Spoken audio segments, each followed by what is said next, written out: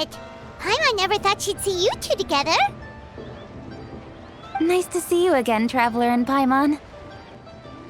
Oh, we're not interrupting anything, are we? Not at all.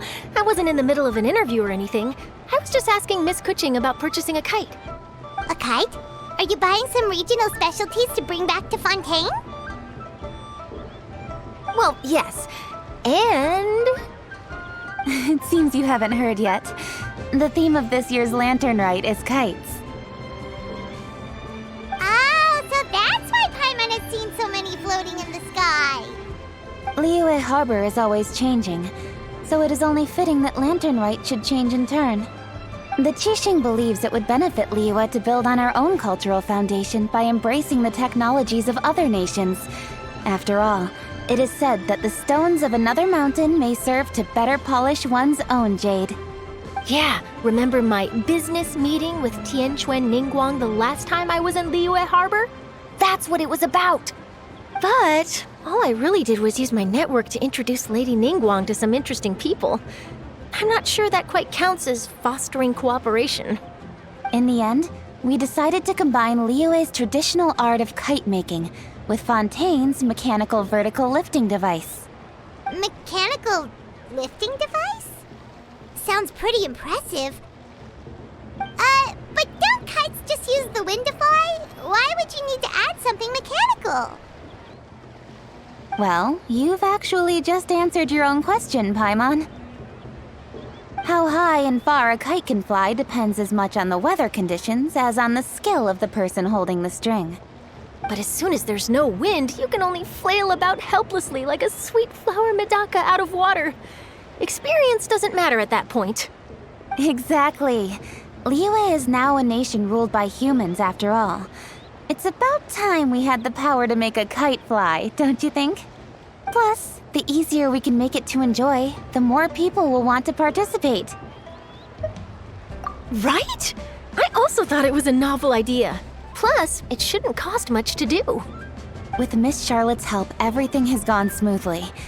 Our new mechanical kites are already available to purchase from a stall in the harbor. We're having trouble keeping up with demand. We also gave quite a bit of thought to the price. We didn't want it to be too much more expensive than a traditional kite. Cool! Turns out you two and Ningguang like playing with toys just as much as Paimon! Toys? They're not exactly toys. You see, Miss Kuching? That does seem to be everyone's first reaction. Although kites are one of our most time-honored cultural relics, outside of their use in certain ceremonies, I suppose they're considered playthings more than anything now. But to me, there's so much more than that. Think for a second about how remarkable it is that a flimsy paper kite attached to a string has the capacity to touch the sky. It is this light piece of paper that also carries the weight of Liyue's cultural traditions. There's an old poem that goes, "O kite born of paper, flying true and sound, a lone traveler wanders, just waiting to be found." In the past, poets from Liyue used kites to symbolize a feeling of longing, or evoke the peacefulness of idyllic rural scenery. If the people of today can derive enjoyment from this activity, they will not only be more likely to better appreciate the tradition, but also to pass it down to the people of tomorrow. That's the Kuching we know, always thinking 5 steps ahead of anyone else. Well said, Miss Kuching. I've learned quite a bit myself. As long as you're willing to listen, I'm happy to share. I also know quite a lot about the various folk traditions related to kites. For example, whenever a kite blew away, people would say it was the Adepti that summoned the wind to take it away as an offering. That way, you can turn an unfortunate event into an auspicious one. What about something more fun? Do you know anything like that? More fun. Let me think. Oh, I suppose we should first talk about how kites are made. It's another one of our precious forms of traditional craftsmanship. My grandfather told me that, back when he was a boy, children learned the art of kite making step by step from their elders. First, you use the thin strips of bamboo to construct the frame. Then, you draw a design of your choice on a piece of paper, paste it onto the frame, and tie on the string. Then, you look towards the sky and release the kite to soar among the clouds. Some people write down certain names or desires on their kites, cut the string, and let them fly free. Others may place particular thoughts or meaning into the design itself. Are certain designs associated with certain meanings? I'm gonna jot all of this down. Well, for example, kites in the shape of a butterfly typically symbolize freedom, happiness, or the desire to break free. Fascinating. What else can you tell me? The scissor-tailed swallow is the most classic design. It symbolizes good fortune and joyful tidings. Different colors also have small variations in meaning. Are these commonly understood meanings and symbols in Liyue? Kind of like the language of flowers in Fontaine. I believe so. Most have probably heard something about it from their elders at some point. If you're interested, Miss Charlotte, I have several books on the topic that I could lend you. They could be a useful reference. That would be a huge help! Great! Looks like I've got the outline for quite the article on my hands. Perfect! We're gonna take a look around. Then I'll show Miss Charlotte to my home for a little while. I almost forgot. The Ministry of Civil Affairs is hosting a kite flying contest on the night of Lantern Rite. If you're interested, you're more than welcome to bring a kite and participate. The rules are simple. Whoever flies their kite the highest and furthest within the time limit will receive a special honor along with a secret prize. I've already prepared more than enough empty film for the event. I can see the spectacle already. Oh, Paimon was on board the moment you said secret prize. Then I'll look forward to seeing your performance. You bet! See you then!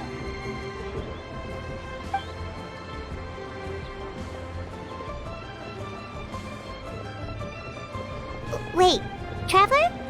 Take a peek to your right. Do you see those two people lurking over there? Is it just Paimon? Or were they staring at us the whole time we were talking to Kuching and Charlotte just now? They seem fishy. Huh. Well, yes, but something's up. Paimon just has a bad feeling. Do you think they could be treasure hoarders? They always seem to be stirring up trouble during Lantern Rite. Oh, Paimon's sick of waiting around for something bad to happen. We should strike first, you know. Foil their plans before they even begin. You go right, Paimon will go left.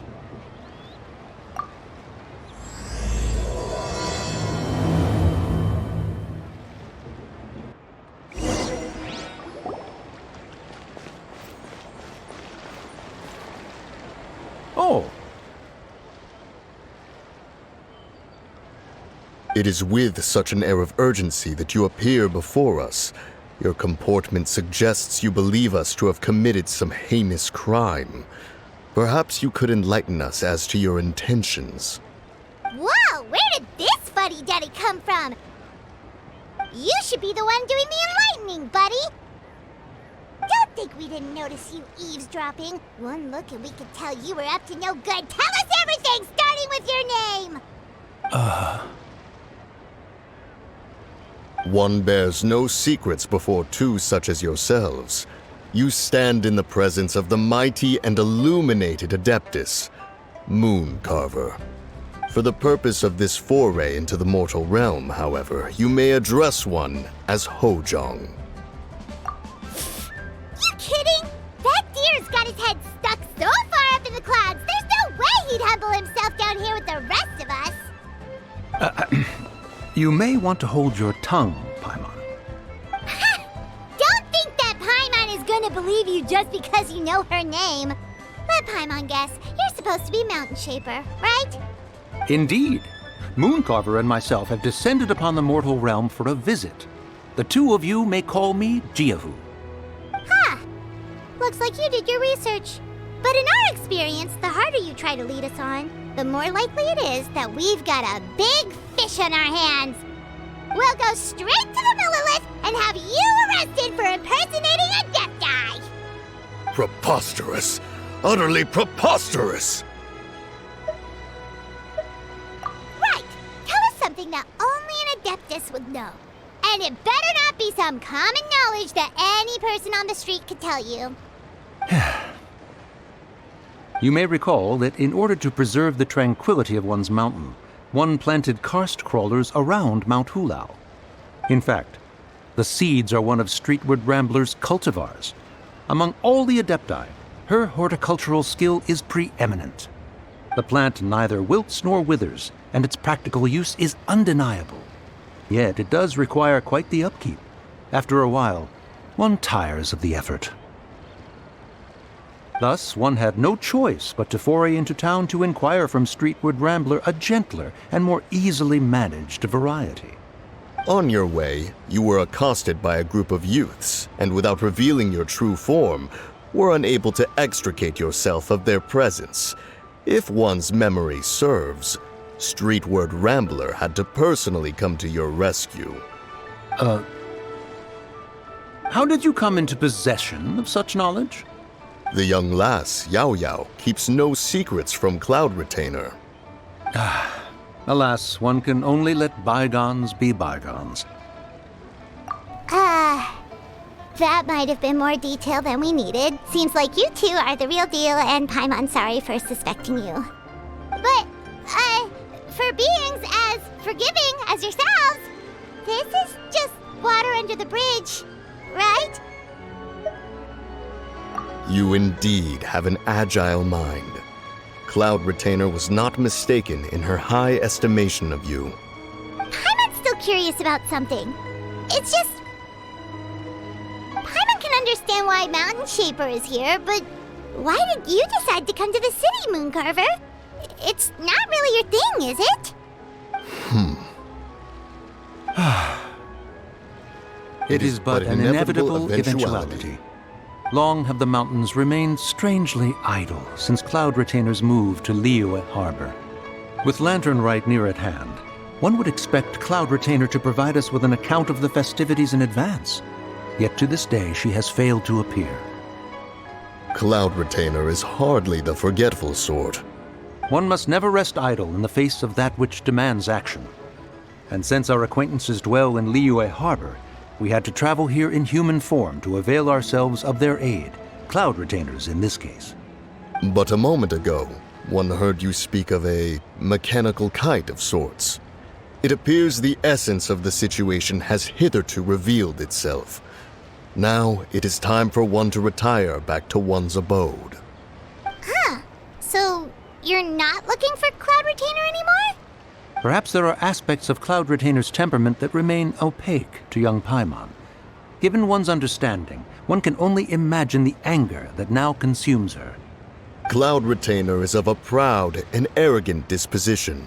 She holds the belief that her skill in mechanics surpasses that of all others. One can be quite certain it is hardly with an open mind that she regards the arrival of this new technology. One surmises that she has shut herself away, refused all company, and buried herself in the study of her own creations. To call on her would only invite her rebuke. However, if you do happen to cross paths with her over the next few days, do pass along one's regards. Sure, leave it to us. Have a safe trip back, enjoy the scenery, and happy Lantern Rite! Thank you for your kind words. We shall now depart. We got all worked up for nothing, huh? All that trouble and it turned out to be people we knew all along! Well, it's still pretty early. Let's head over and check out the kite stalls. Paimon wants to see what kinds of kites we can buy to use in the competition. The bigger and prettier, the better!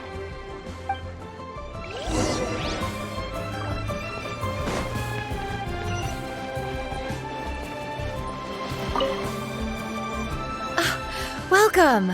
Are the two of you looking to buy a kite? Would you like me to go over the different designs? Ooh! A scissor-tail swallow! And a butterfly! And oh! This jade chamber design is our newest. It's been selling like crazy over the past 2 days. Does it also have a unique meaning? Of course. The jade chamber symbolizes wealth and abundance. The kite bearing its design is said to bring riches in the future to those who fly it. Oh, now that's Paimon's kind of kite! I apologize for the interruption, but are all your wares in order, Miss Xianyun? Yes, they're just over there. The paper, bamboo, and dyes. All the necessary kite-making materials. Wonderful! I'll pack them up and get a guard to deliver the goods to Yilong Wharf for you. Yilong Wharf? Oh, wonder what that place is like during Lantern Rite. Paimon would love to go take a look. Well, if the two of you are interested in going to Yilong Wharf, then could I trouble you to find Gaming and deliver these goods together? Is Gaming the guard you just mentioned? Well, yes. The communications office handles shipments and transports around Liyue. He works for the Secure Transport Agency, one of our sub-organizations. The problem is, many of my colleagues have taken leave during Lantern Rite to spend time with their families. So, our available workforce has seen a dramatic decrease recently. If you were willing to help out, then I could get a head start on my next appointment. You do seem really pressed for time. Oh, wonderful! You will, of course, be compensated for your efforts. Now, at this time of day, Gaming should be somewhere in the vicinity. Just follow the main road until you see the head of a Wushu dance costume. Should be on your right. Be sure to come back if you'd like to buy a kite. I'll even give you a discount.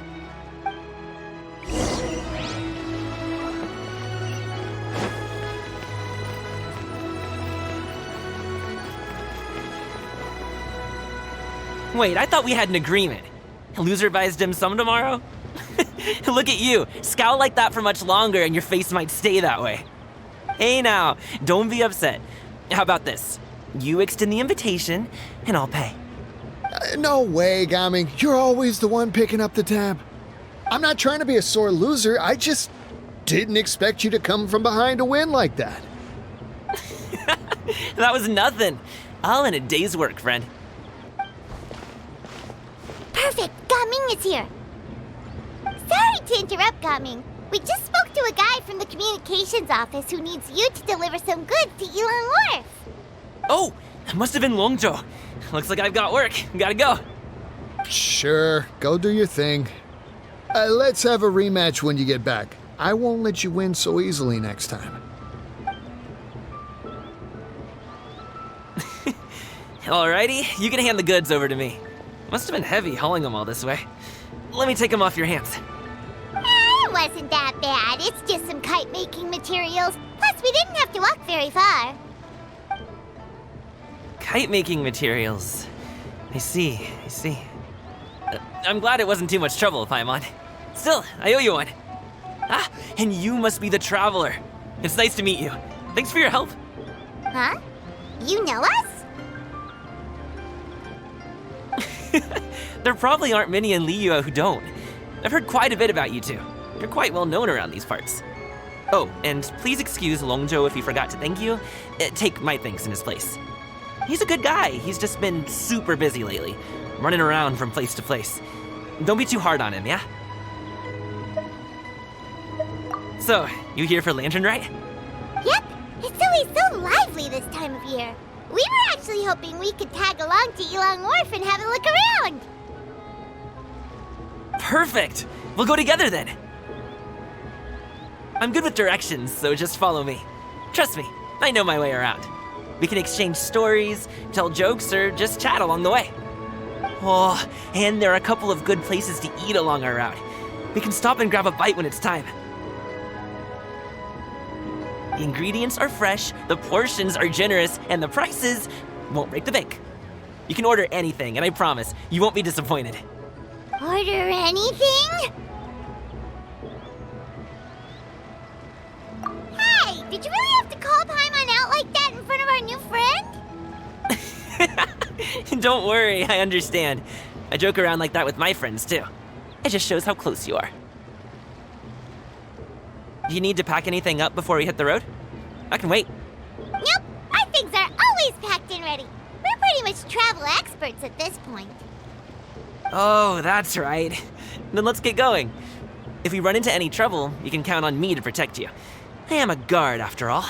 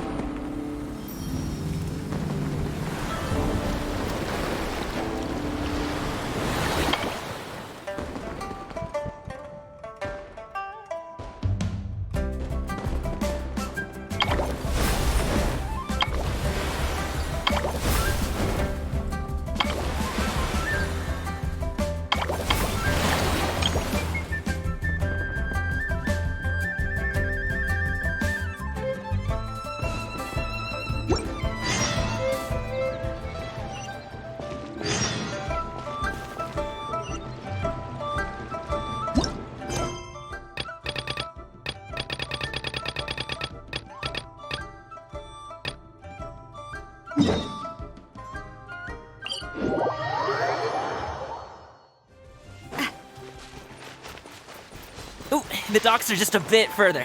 One step at a time. Hang in there.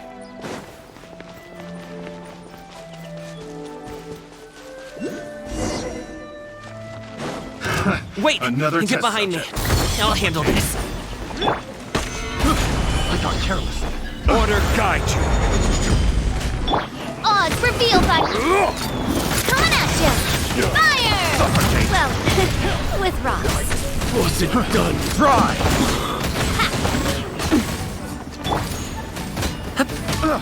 Wanted to hammer another test subject.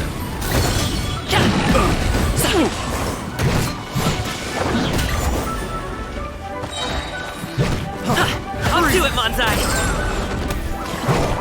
Have a little taste.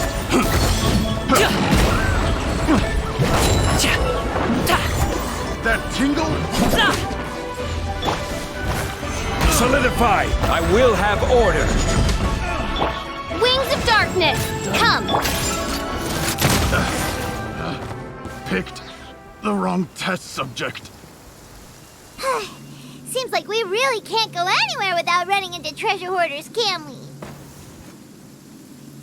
Yeah, it's not uncommon for deliveries to get intercepted. That's why this job needs guards like us. Paimon was impressed by your moves back there. You seem like a real pro at your jab.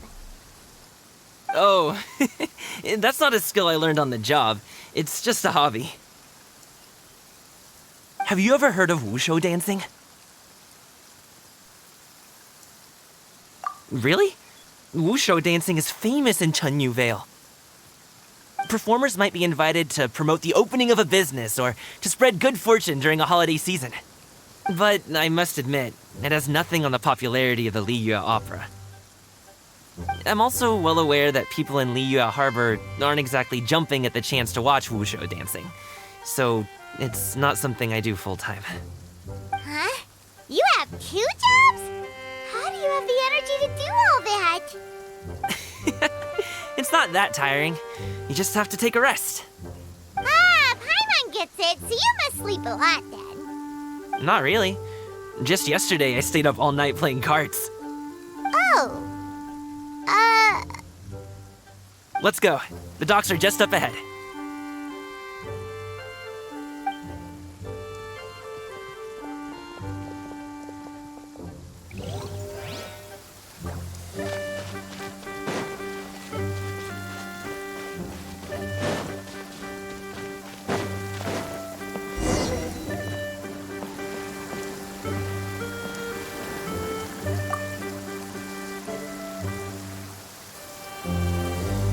Finally, we can rest. Ooh, Paimon's shoulders are so stiff. And her stomach so empty. Sorry. Did I push the pace a bit too much? I mean, you were the ones who said you were travel experts. Liu is just too hilly. Floating up and down so much. Where's Paimon out? Oh, Paimon was finally satisfied and now her poor stomach's empty again. Aw, would you like some winter melon cake? I have some on me that I bought from a store. You might want to pace yourself there, or you'll be too full to eat a proper meal later. Paimon never gets too full. Just like you apparently never get tired, no matter how far you walk or how many jobs you work. Ah, I see. Then here you go, Paimon. And for you, traveler. Enjoy. And here's some for you too, Uncle Bosu. Don't think I forgot about you, my friend. I'll just set it to the side here for you.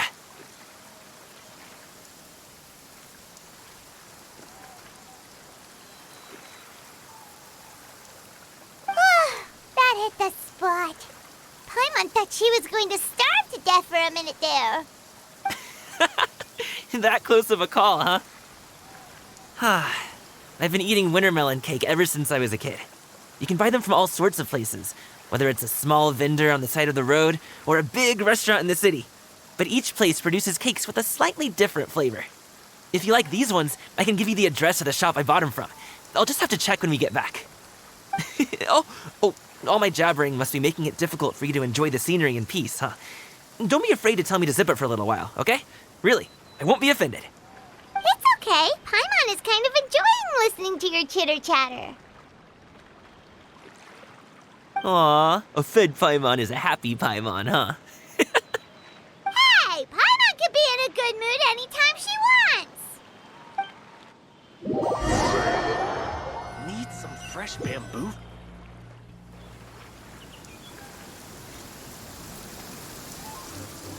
Woohoo! We're here! Don't forget your things, and watch your step as you get off the raft, or you're in for a swim. Thanks for the ride, Uncle Bosu. You take care of yourself now. I'll see you some other time. Okay, follow me. This way is fastest. We'll have to take the elevator up to the secure transport agency.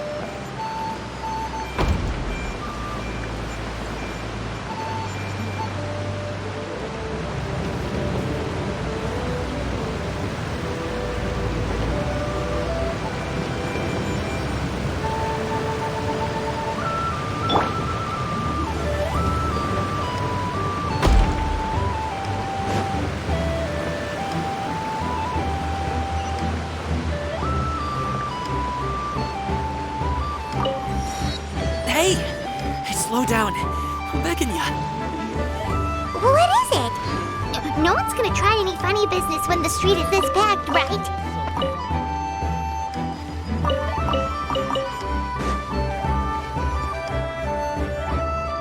Oh, well... how should I put it? Come on, spit it out! Do you see that group of people over there? Those are my relatives. Wow, you sure have a big family.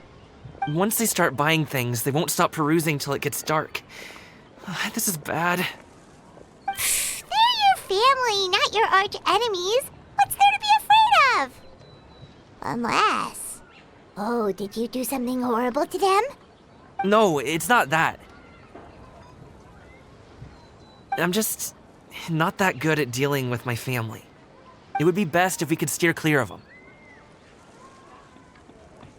I'll explain more when we have the chance, but right now, we've got a job to do.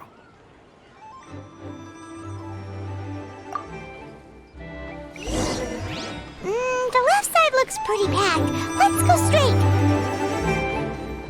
Slow and steady wins the race.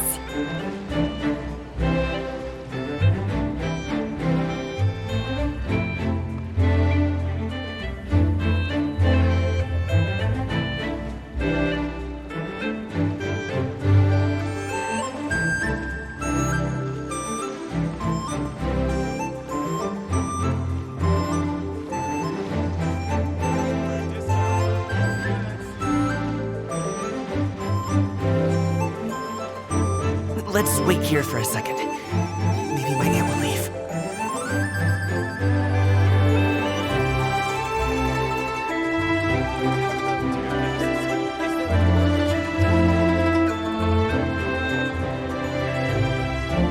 She's gone! Let's go!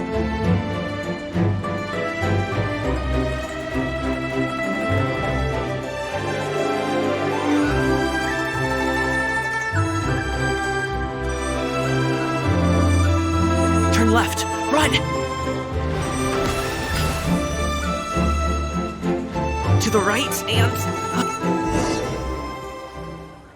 Wow, you guys are good. I'm impressed. That was nothing. It was a piece of cake.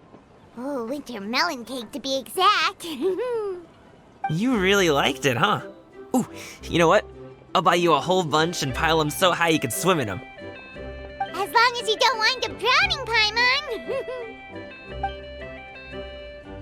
Hey, Uncle Jirgwe. These are my friends, the Traveler and Paimon. They came to deliver some goods with me. So, I guess I'll go ahead and take these over to Uncle Yongzan then? Yes, thanks for your hard work. I should thank you both for your trouble as well. Please take a seat and rest for a bit. I'll prepare some tea. No need. We'll be off soon anyway. Hey, we're already here, aren't we? No harm in taking a load off for a bit. Plus, I know the Secure Transport Agency has some great Songhua tea stashed around here somewhere. I promise you, one sip and you'll be hooked. Anyway, you just sit down and relax, Uncle Jirgwe. Who would I be if I just sat here and let you go through all this trouble? Leave this to me. I have to be up and about to drop these goods off anyway. What's a little extra time on my feet? Oh, you aren't too picky, right, Traveler? I know Paimon prefers things on the sweeter side, so I won't steep the tea too long. And I'll add some dim sum pastries on the side. Aw, you noticed what Paimon likes? How long have you two known Gaming? Oh, not long at all. We just kind of tagged along on his trip to Yilong Wharf. He's just a super welcoming guy. We became friends, you know, just like that. That's just how he is. He's the attentive sort, really knows how to look after his own. A while ago, one of our guards had to take off work, said his joints were hurting due to the rain. Gaming personally went all the way to Boo Boo Pharmacy to get some medicine for him from Dr. Baiju, then traveled through the night to deliver it back to him. That young man has such a good head on his shoulders. How can anyone not love him? I mean, there is his dad, but, well, ask anyone else, and... Uncle Yongzan says he doesn't have the personnel to spare for this delivery right now. So what do you think, Uncle Jirgwe? Should I go ahead and deliver it instead? It feels like we've troubled you enough already. It's kite-making materials, though. Could be for a kid. I'm sure the sender wants it delivered before Lantern Rite. Oh, by the way, here, have some tea. All right, then. Deliver it if you want to. Ooh, are you free in 2 days?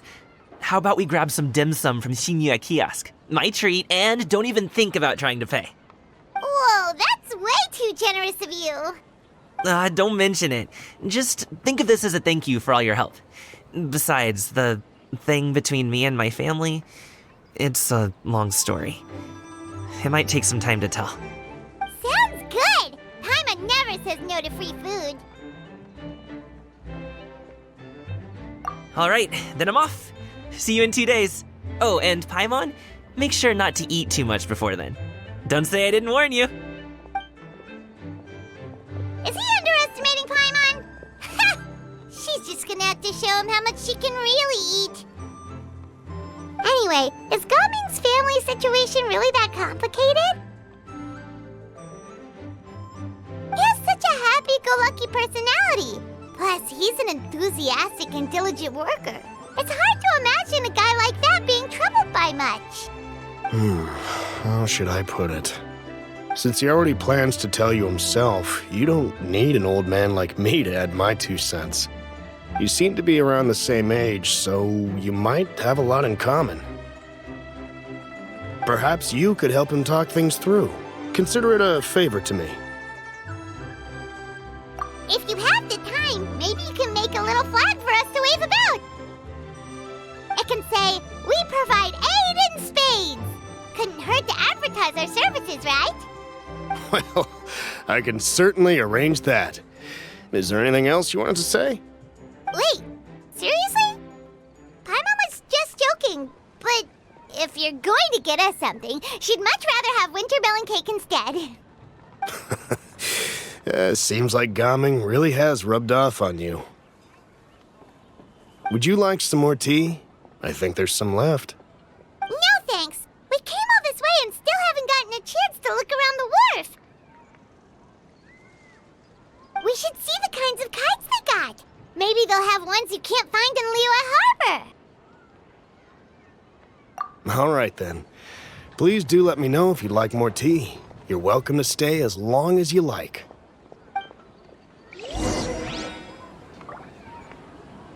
Only with solid practical training can you unleash real punches.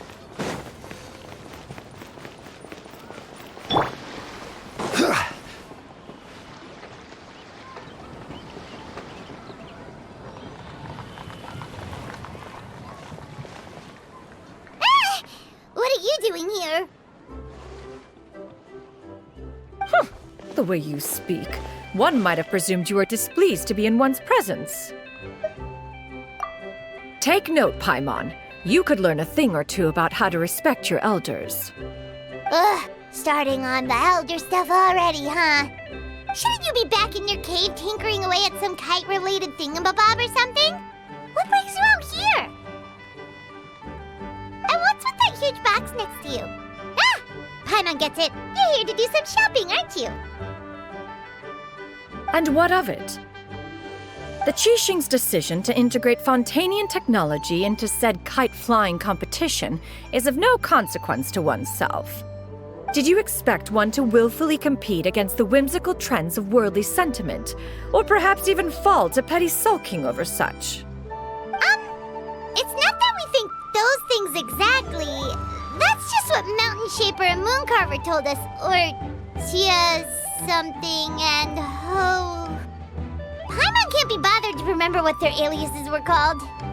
Anyway, they went to Liyue Harbor to look for you. They even asked us to pass along their regards if we ran into you. Xianyun?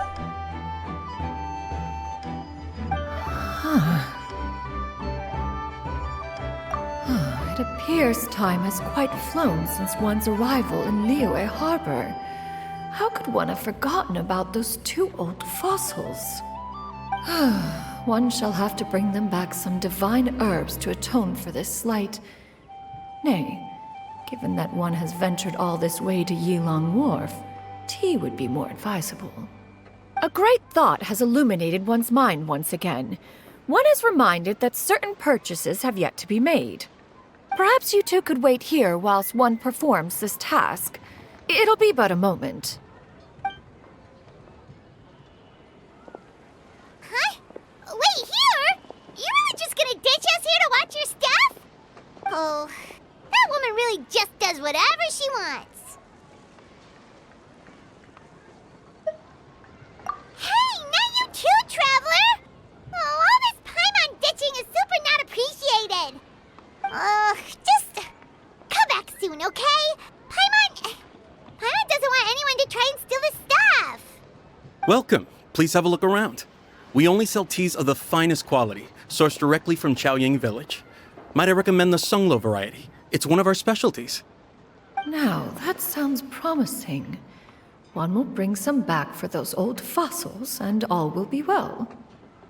2 boxes will do. Wonderful.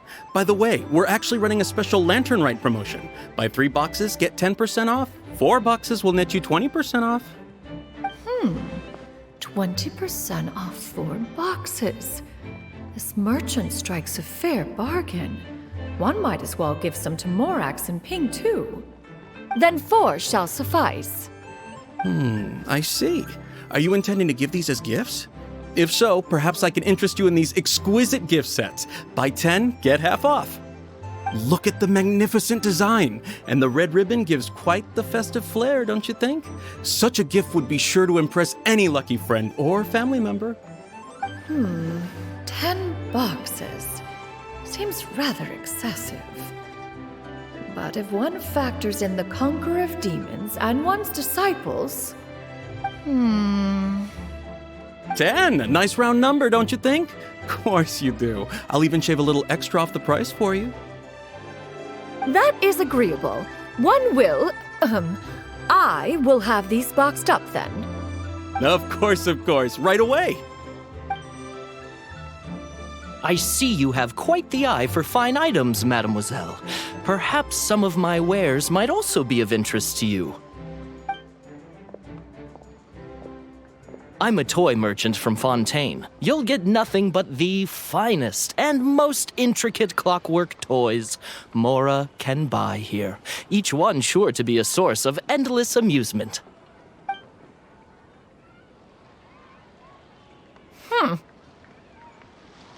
Perhaps you could enlighten me then. When should said amusement be derived? Well, that is, of course, best understood by playing with them yourself. If you could wait just a moment, I can bring one out and give you a demonstration.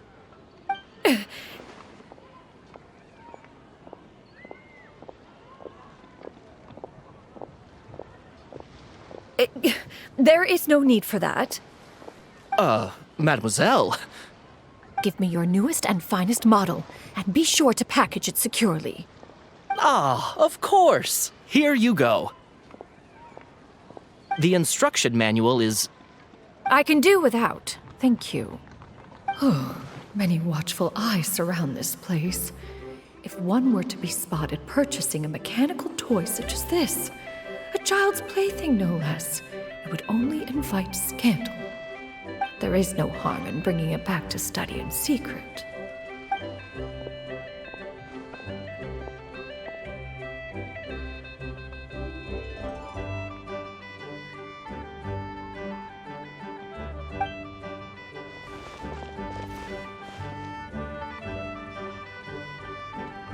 Oh, Xianyun, did your shopping go smoothly?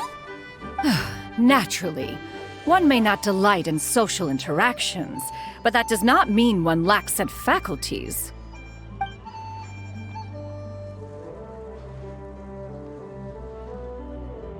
And you two? Are you not here to purchase things?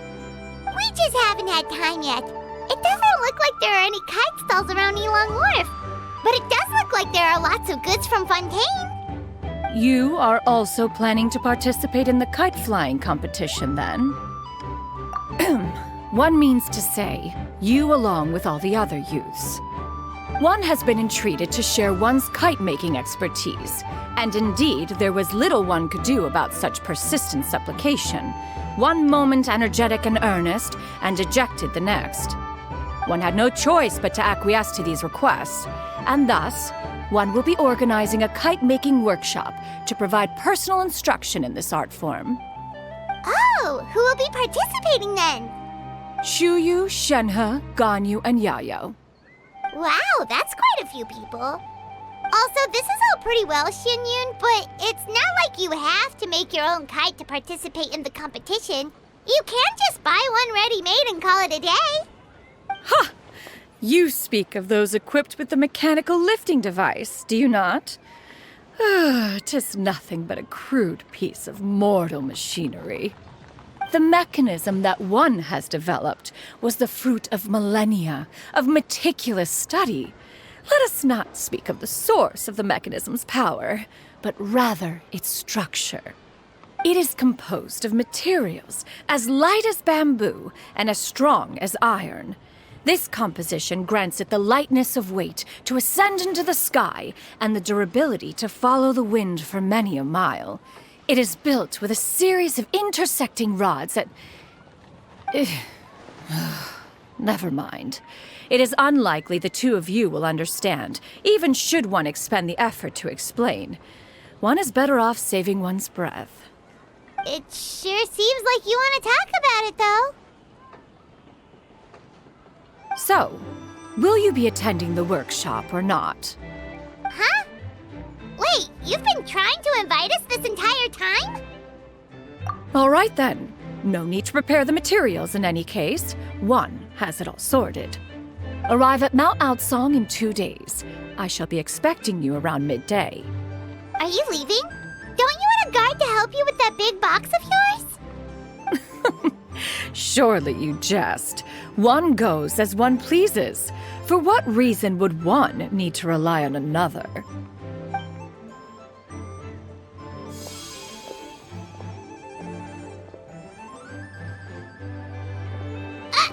It can float? What kind of invention is that? One calls it the floating toting device. Huh. She seems pretty proud of that one. Look at her walk down the street. She seems so confident, but everyone around her is looking at her all funny. Paimon wonders... never mind. But anyway, that box of hers seems to be full of those mechanical lifty thingamabobs. Not that Paimon was peeking or anything. She just, got a bit unsteady for a second and accidentally brushed the embroidery on top. And wouldn't you know it, all the stuff inside almost came bursting out. Paimon even went out of her way to keep it all together. All Paimon say is that Xianyun sure does try hard to save face. What did she call it again? A crude piece of mortal machinery? Paimon bets she just can't wait to take it apart and see how it's made. Totally. We should probably act like we didn't see anything, though. You know, in consideration of her feelings and all. After all, that is the propriety with which one should comport oneself. When it comes to an elder, right?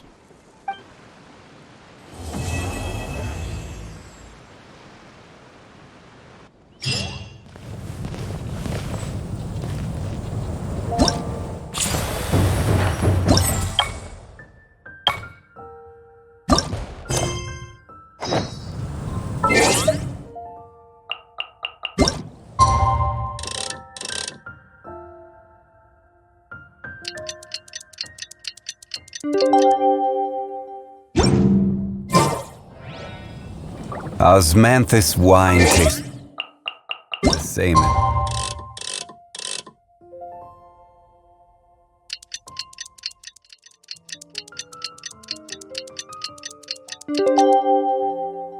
I remember. Paimon has never had dim sum at Xianyun kiosk before, but it should be quite the feast for sure. Ooh, and that's Paimon's stomach right on cue telling her it's time to go find Gaming. Let's go!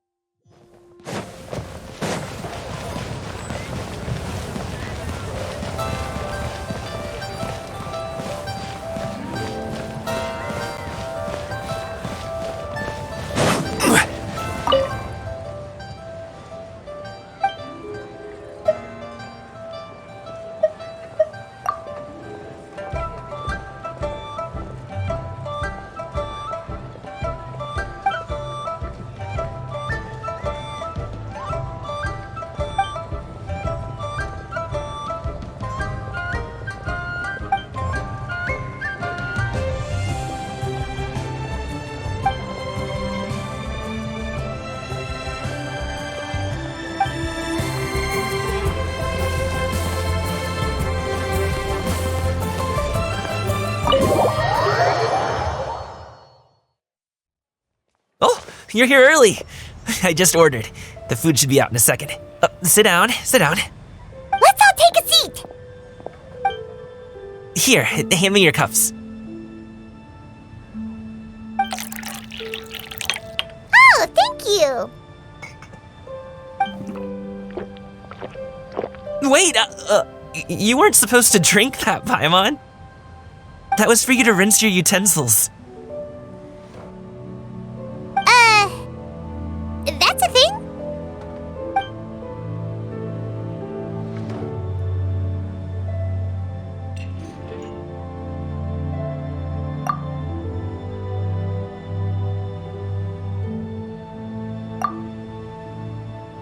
Wow, so much delicious food! Do you really eat all this just for breakfast? That's just how we do it where I'm from. Most of the time, though, I don't eat lunch after dim sum. Oh, that's good to hear. Paimon doesn't need to worry about holding back then. Eat! If it's not enough, we can always order more. Oh, and there's tong soy coming as well. I don't usually have that in the morning, but, well, since everyone's here, I just had to order it. What about you, traveler? Is the food to your liking? Want some more seafood kanchi? Let me refill your bowl. Paimon's gonna take you up on that. Fill it up nice and full and make sure she gets a few extra shrimp. Thanks!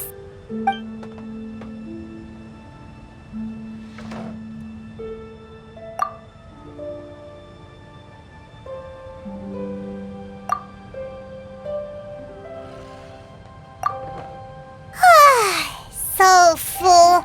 That meal was so satisfying, it even gave Paimon some extra brain juice. Oh, listen! Paimon's figured it out. Let's think about this for a second, Gaming. You invited us to this awesome restaurant and ordered a whole table full of expensive dim sum just for the three of us. Well, you must be hiding the fact that you're some young master from a rich family. That would explain why you try to keep your friends and family away from each other. Are you confusing me with Xingqiu? Huh? You know Xingqiu? You sure know a lot of people. Well, when you're on the road as much as I am, you hear all sorts of rumors. Sometimes they're true, sometimes they're not. What it comes down to is being able to tell the difference. More often than not, that means knocking on some doors to find out for yourself. Oh, you truly are a man of many talents, young Master Gaming. Okay, enough with the teasing. Sorry to burst your bubble, Paimon, but you're wrong about my family situation. What? Oh, Paimon thought she was onto something there. My dad is just an ordinary tea merchant. Small scale stuff, you know? It wouldn't even make sense to mention his business in the same breath as the Xianyun Commerce Guild. My dad, he always wanted me to inherit the family business, to be a merchant like him. But that's just not who I am. It's not who I ever wanted to be.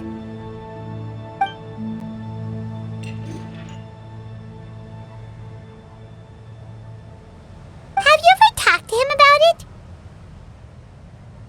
You know, about your interests and aspirations and stuff.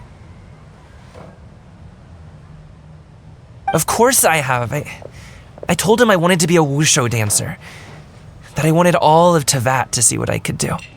According to my dad, though, that wasn't a real job. Just a child's pipe dream. Oh, that's terrible. I'm sure he thought I would come around eventually, but wushu dancing has always been the only thing I wanted to do.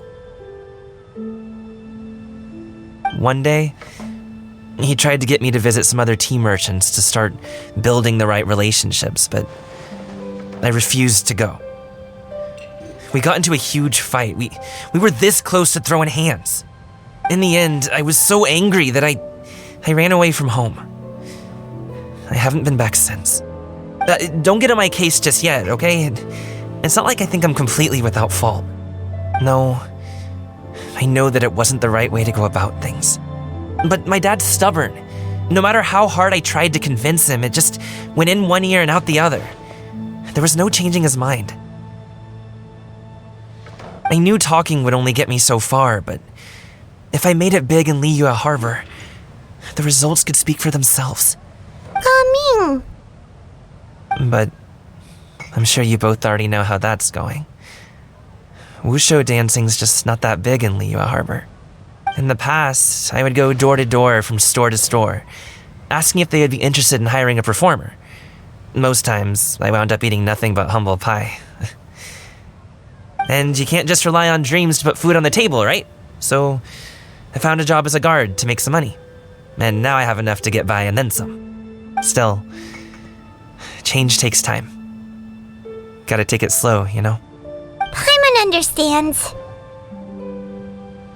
Okay, enough of all that serious talk. Our tea's getting cold. Ooh, let's do something fun this afternoon. What do you say, huh? I'll organize. Actually, we kinda already have plans this afternoon. We told Xianyun that we would go to her kite-making workshop. Oh? Are you interested in kite-making, Gaming? Oh, no. It's just that I happen to know Auntie Xianyun.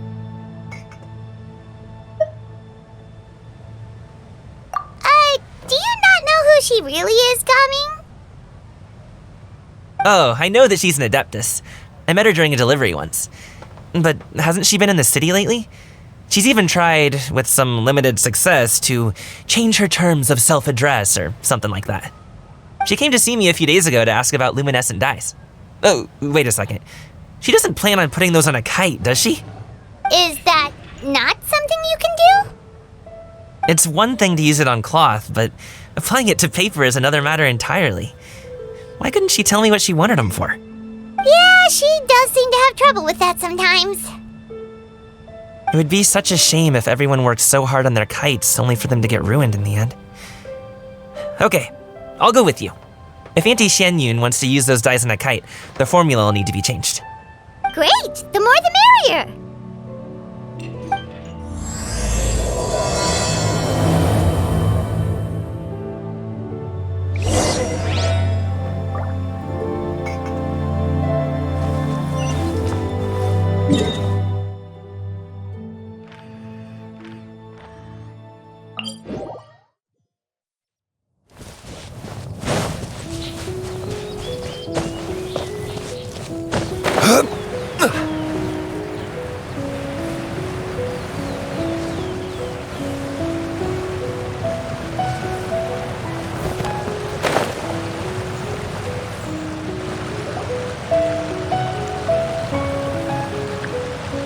Ganyu!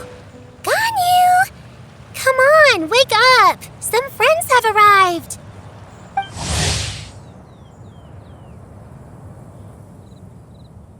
Hello, friends.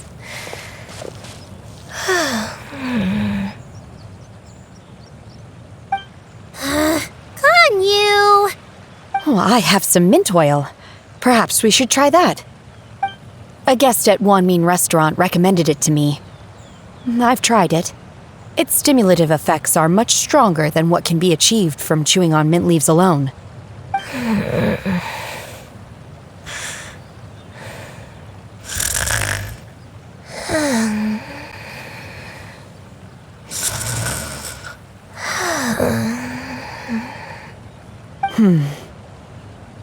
Apologies in advance. Wait! Shenhe! Not there!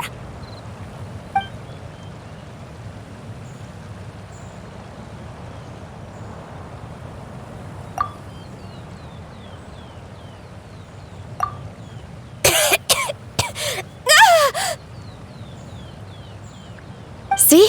It worked. She's awake. Are you okay, Ganyu? Do you need some water? Or maybe something to eat?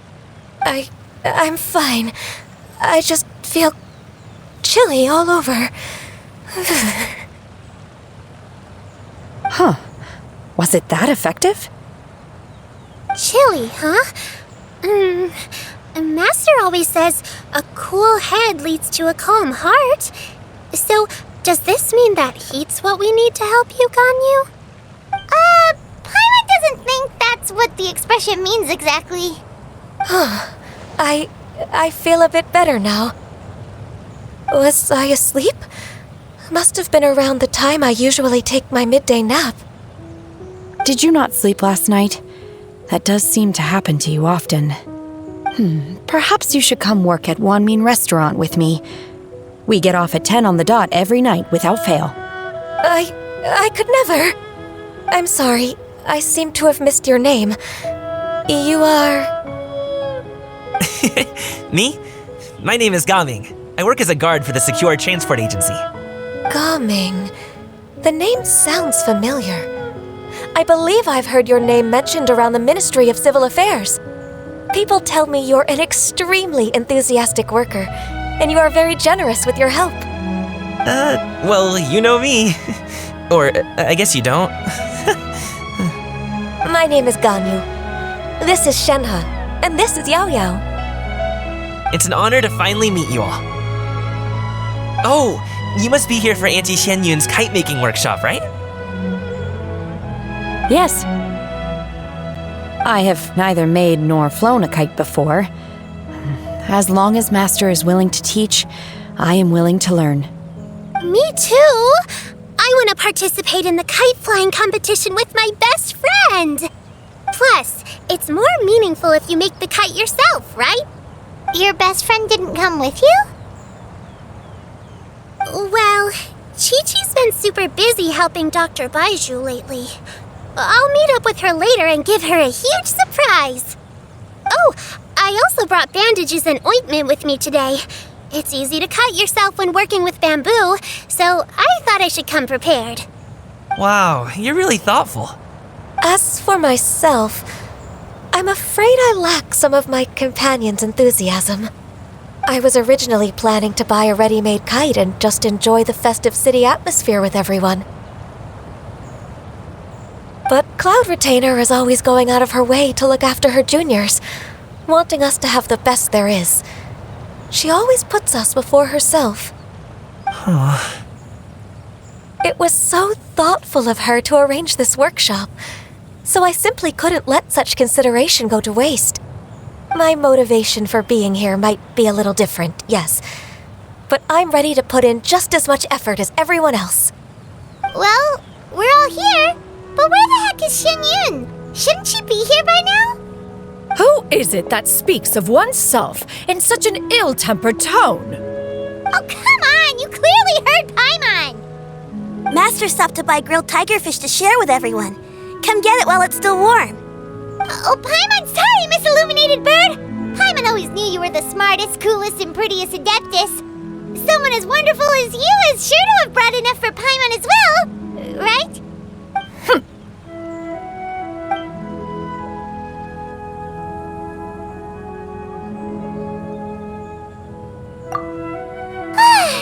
So delicious.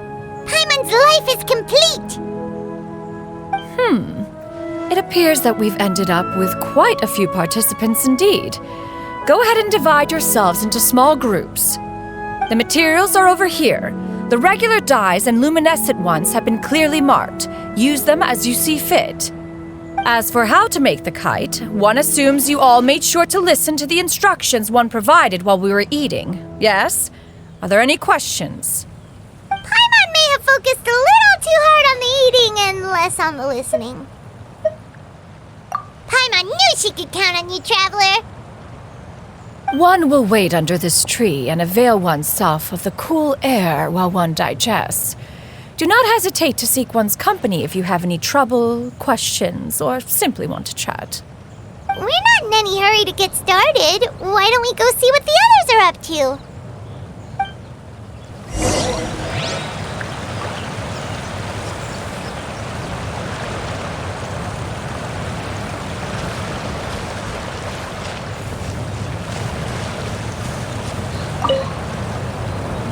Auntie Cloud Retainer, look! Am I doing it right? Very good. Your frame is nice and sturdy. This design, is it a finch? Yep. One is looking forward to seeing your finished product. What color are you going to make it, Yao Yao? I haven't decided yet. If I make it blue, it'll be more like my friend. But if I make it gold, it'll be more like me. If you are asking for one's own opinion, one would advise choosing gold. When giving a gift, the key consideration is the recipient's feelings, is it not? One imagines your friend would much prefer a kite that reminds them of you. Oh, hey, I never told you the kite was for Chi-Chi. How did you know? With age comes wisdom, child. One simply has a way of knowing things. Oh, cool! Thanks, Auntie Cloud Retainer. I'm gonna start painting it gold right now. Good. One will watch. You two seem strangely unoccupied. One was under the impression that one was supposed to be doing the relaxing. Is your kite finished? We actually haven't started yet, but we're going to start, right now.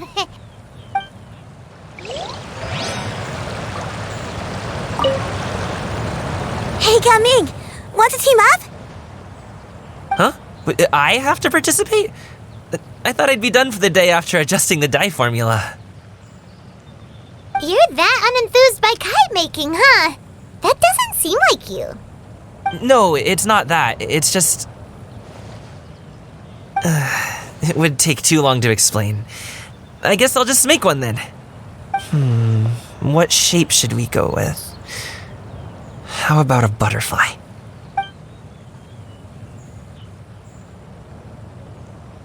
What do you think, Xiyu? Is there a particular design you want? I want a swanee! That might be a little hard to pull off. True, but I still want to try. They're super cute. Okay, it's decided then.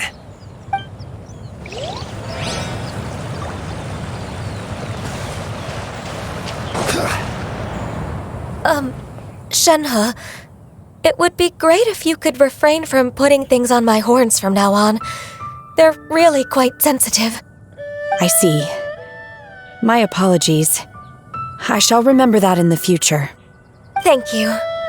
No harm done. Good. Could I touch them just once more, though? No oil or anything this time. I've just always wondered what Miss Ganyu's horns feel like. Huh? Please, I told you, just call me Ganyu.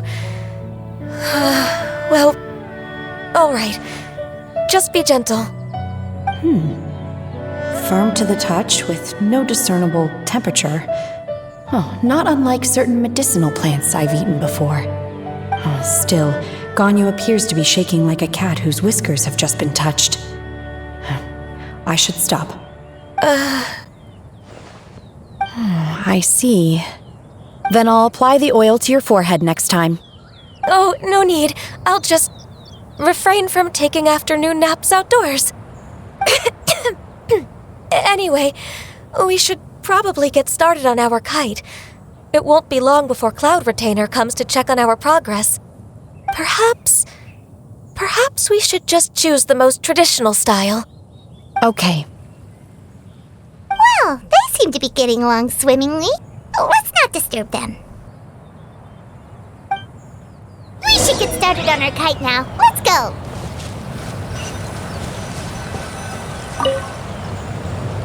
First, we have to decide on the shape.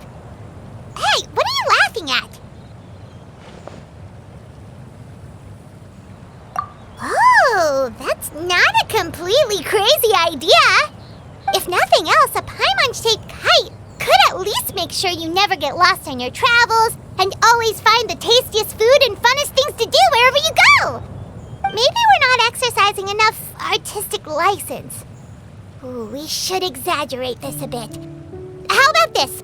The word Paimon means the guardian angel of travelers.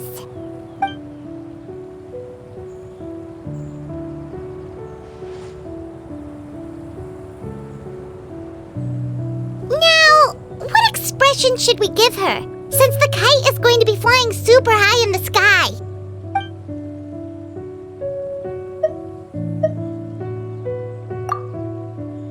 Oh, Paimon totally didn't do anything wrong.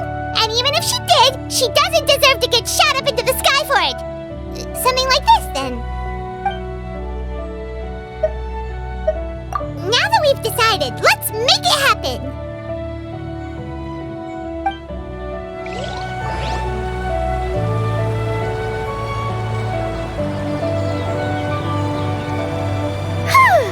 It's done!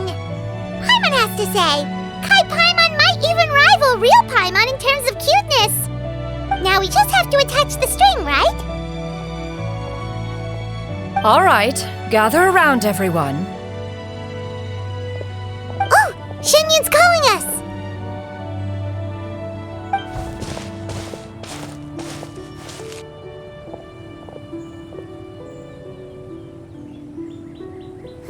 Let one take a look.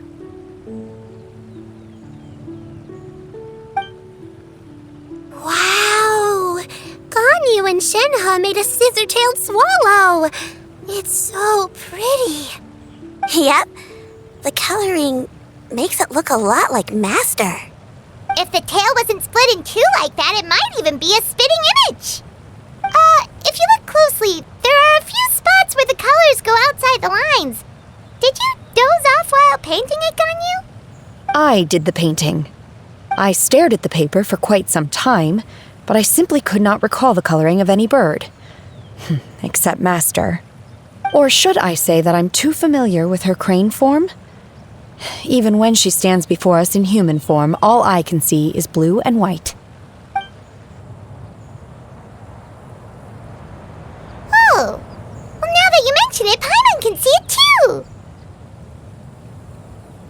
Exactly. So I simply closed my eyes and painted from memory. No way. You can paint with your eyes closed? Wow, the disciples of Adepti really are something. You are most filial, Shenhe. One is flattered by the likeness. The Swanee that Gaming and Xianyun made looks very majestic. I'm sure it'll look even more impressive as it soars through the sky. The eyes and ears glow in the dark, so you're sure to see it at night. Your golden finch is cute too, Yao Yao. It's all thanks to Auntie Cloud Retainer's guidance. What about your kite, Traveler? Ta-da! Here it is! Very Paimon-like indeed. Why do you say that, Shenhe? That one time the Traveler suspected that a piece of meat was missing from their bowl, that was the exact expression on your face. Is that something that happened? Is that the Jade Chamber? Oh?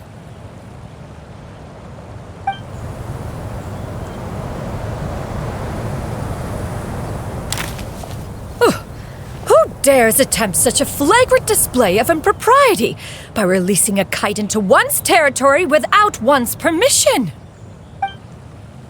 Oh, and to do so by making use of this crude piece of mortal machinery.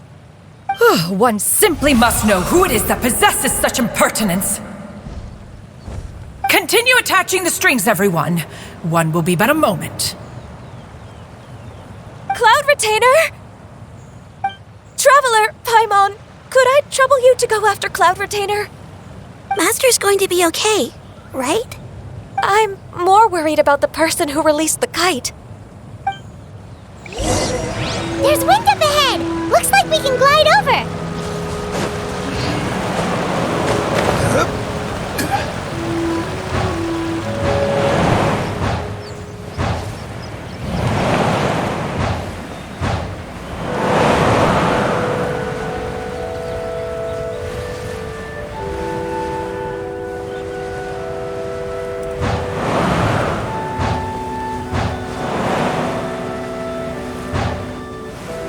It's right there!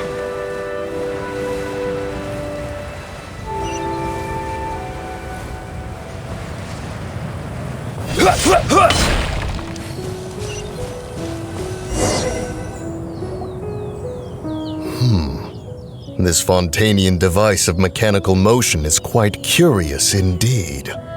Now is hardly an opportune time for your musings.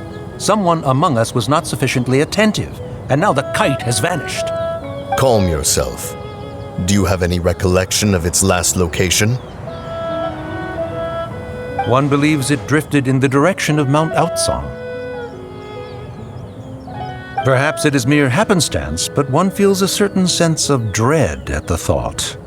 Your concern is misplaced, surely. Cloud Retainer is either in the city looking after her disciples, or secluded in her abode attending to her research. She will not notice that kite. On the subject of said kite, however, one simply must remark on the genius of its windless lift technology. One cannot help but surmise that its ingenuity rivals that of Cloud Retainer's creations. Still thy tongue. If Cloud Retainer were to hear you profess such a thing, we can both say farewell to any further use of the Supreme Cuisine Machine. One presumes that this kite belongs to you. Huh? Regard the situation with which we are now confronted. This is all your fault. One's fault? One seems to recall that releasing the kite was no solitary endeavor. Say something, Mountain Shaper. Surely you can think of something to appease her. Further explanation shall only fan the flames of her wrath. It would be better to stay silent and retire at the earliest opportunity. We can hardly avoid her forever. That may suffice during Lantern Rite. But what about the Moon Chase Festival? Sooner or later, she will discover our true identity. Hello? Go retrieve the kite. Absolutely not. You retrieve it. That is not our kite.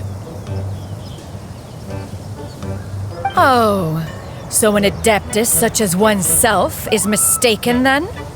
Ah, you're an adeptus? Please forgive us for any impropriety. I truly possess no inkling of who could have released a kite into your esteemed domain. Pray, who could be responsible for such wanton behavior? Verily, verily, we were but delighting in the surrounding scenery. This locale is home to such exquisite... mint! Well, and if that's all, then we'll just be on our way. We finally caught up. You sure do fly fast in your illuminated bird form, Xianyun. Mooncarver? Mountain Shaper? What are you doing here? You! Okay, now Paimon's getting a weird vibe. Did she say something wrong? It is of no consequence. Long has one seen through their disguises. One was simply curious as to how long they would keep up the act. Then you are not angry? How could one feel anger at the sight of two old friends enjoying themselves?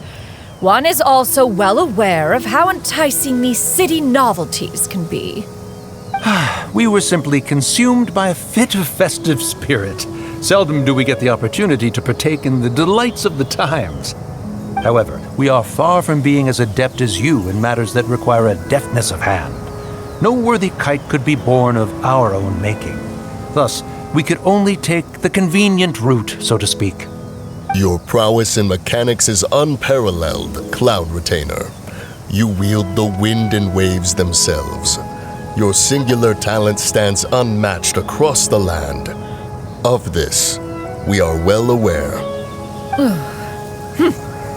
One has guests to attend to. We will have to convene again some other time.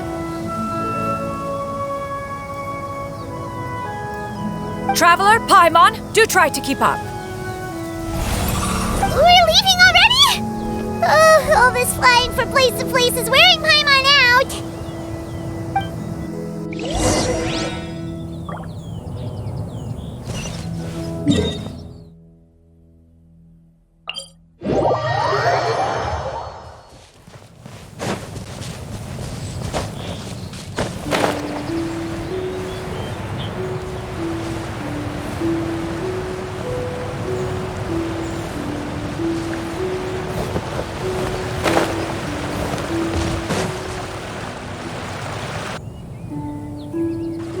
They're back.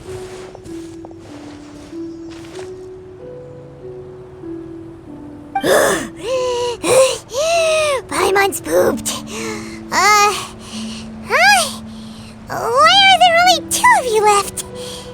After you left, Xiaoyao and Shuyu tired themselves out playing with their kites. Gaming offered to escort them home.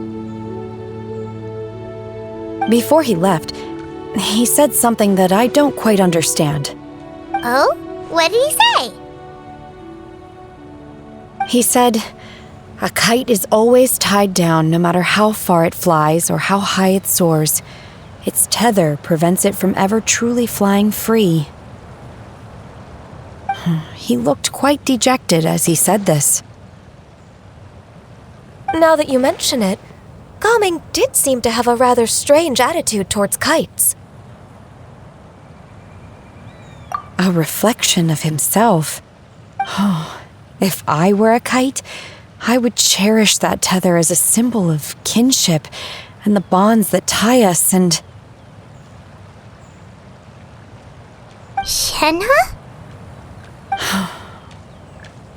It may be an exceedingly slim and distant connection, but lose it, and you lose that which links you to home. If Gaming truly sees a kite as a reflection of himself, then I fear I understand his words even less. Well, people often have different points of view depending on their mindset and experiences, right? It's actually quite normal. Just like some people can eat spicy food, but others won't go anywhere near it? Exactly. That's why tolerance and understanding are as important as they are. Tolerance and understanding? What brought about this conversation? Did one miss something? We were just chatting. You don't have to butt in on every little thing, you know. Where were you anyway? One was merely doing a bit of cooking. Night fast approaches. If you are otherwise unoccupied, one would entreat you to stay and eat before you depart. Oh, it's been so long since I've had the chance to enjoy your cooking, Cloud Retainer. Worry not. One has prepared a variety of meat and vegetable dishes. One is more than familiar with everyone's culinary proclivities. Hey! Paimon's hungry too! It's not like the dim sum and grilled fish could keep her full the whole day, you know! Shenhe, Ganyu, come with me. Whoa, what's with all the secrecy? You're not trying to play favorites, are you? If you're ready to serve the food, we can help too.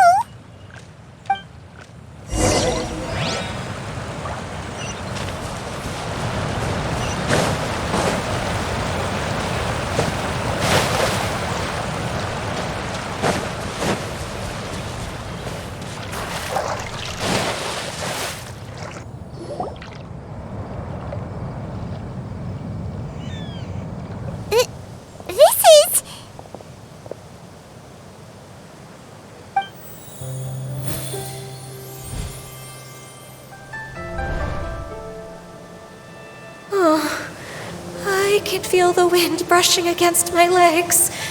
This is a bit embarrassing.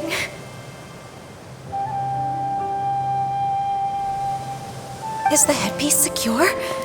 I should have asked Cloud Retainer to check before I stepped outside.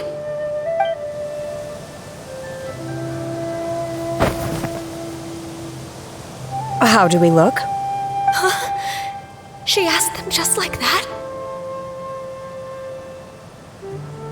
You look pretty too, Ganyu! Oh, how should Paimon put it? You both look so elegant and refined! Those outfits really suit you both! Given that one employed the services of the best tailor in all of Liyue, one would expect nothing less. What colors have you been partial to lately, Shenhe and Ganyu? Lately? Why is Cloud Retainer suddenly asking about what colors we like? I like black. One is gratified to see one's disciple has inherited one's own tastes. The color black doesn't get dirty easily, a virtue I've come to value recently. And you, Ganyu? I favor blue and black. And the material is sufficiently comfortable, yes? Yes, very. I simply cannot thank you enough, Cloud Retainer. For this gift. And the kite, too. Thank you, Master. One is content as long as you are pleased with the gift. One hopes these garments will see much use.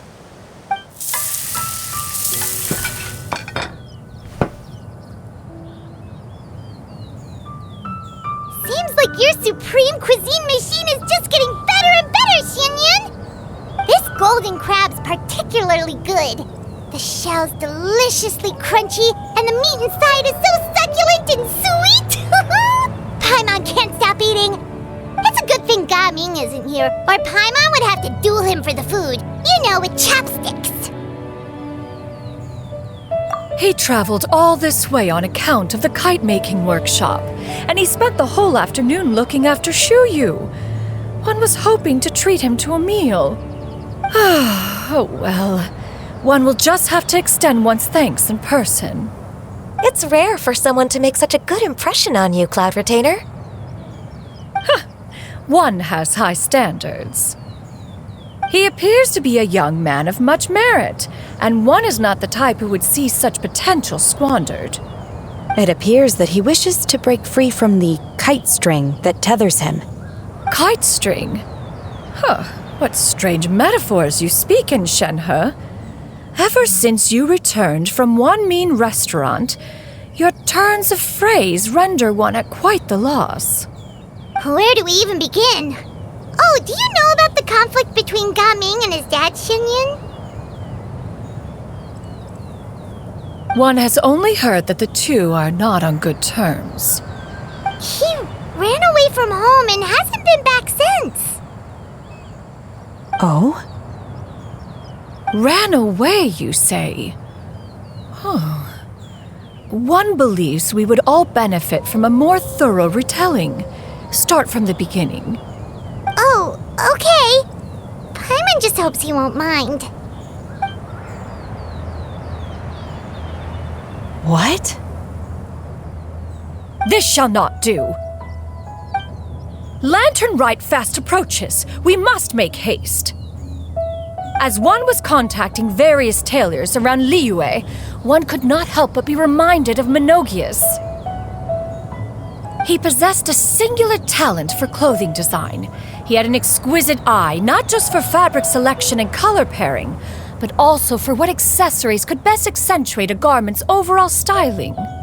At a gathering of adepti, Bonanis once complained in secret to some of the ladies in attendance that the skirt Menogius made for her was too long and impractical, lamenting that it would only hinder her in battle. However, when one asked Menogius' opinion, he remarked that the train of the skirt would serve to enhance her adeptal countenance by exemplifying a certain elegance. Menogius was that type of person. When it came to topics relating to garments and accessories, not even Rex Lapis could best his stubbornness. And later... one seems to have strayed off topic. One means to say that Lantern Rite should be a day of reunion. It is a time to address problems before they turn into regrets. Fate is fickle. The cruel reality of this world is that suffering and misfortune can befall any of us without design or reason.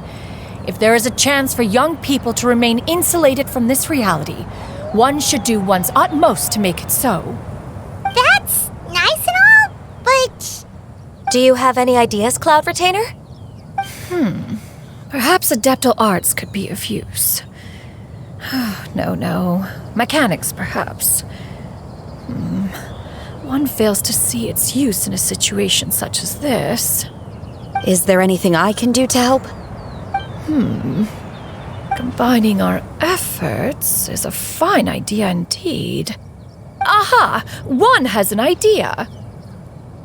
How about this? Does that make sense to everyone? Yep. Oh, Paimon really hopes this works.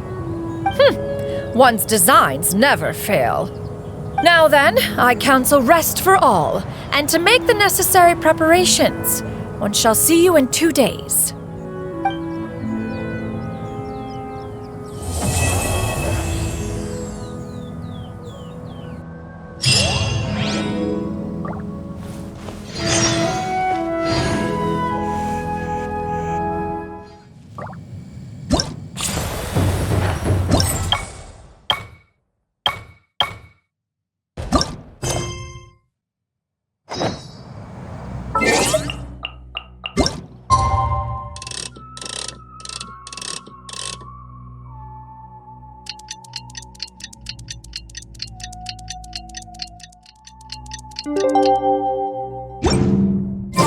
It's time to carry out the plan! Let's go find Gaming! Hope everything goes well.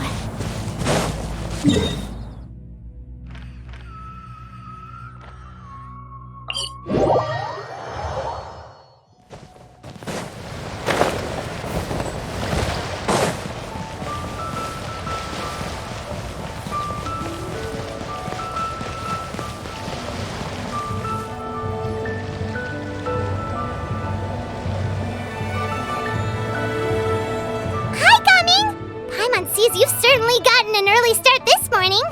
Playing games already, are we? Who won this time? You the one buying dim sum again? Hey, when you put it like that, it makes it sound like I'm always the one losing.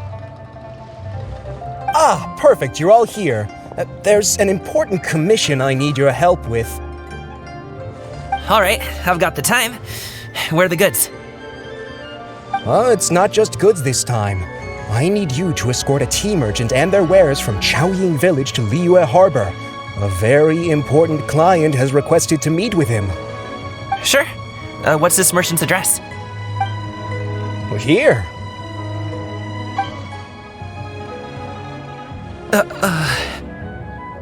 If the client's that important, then this must be a very crucial, very pressing commission, right? Of course, the sooner you complete it, the better. I would advise you to depart as soon as possible. All right, don't work too hard now, Longzhou. We'll set off then.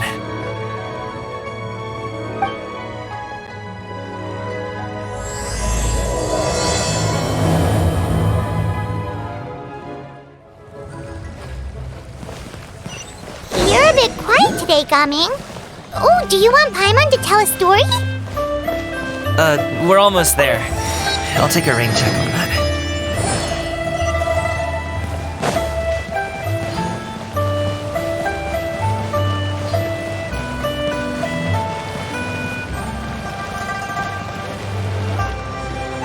Hello, you must be the tea merchant heading to Liyue Harbor. We're here to escort you.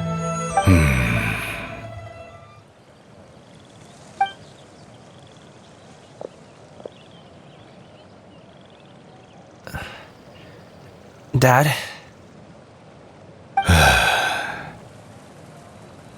Oh, so you're Gaming's father. It's nice to meet you. Just leave this delivery to him. Trust Paimon, he's got this in the bag. Gaming is super good at what he does. Everyone at the Secure Transport Agency says as much. Even the Ministry of Civil Affairs has nothing but good things to say about him. Seems like you've made some sort of name for yourself at least. The goods are all in order? Yes, they're all here. Then let's get going. A very important client has asked for you by name. You kinda have to come with us. Paimon doesn't know how we would explain ourselves if you just didn't show up. Plus, you'd be missing out on a huge money-making opportunity. I see. I suppose I will have to trouble you all to escort me, then. Let's go.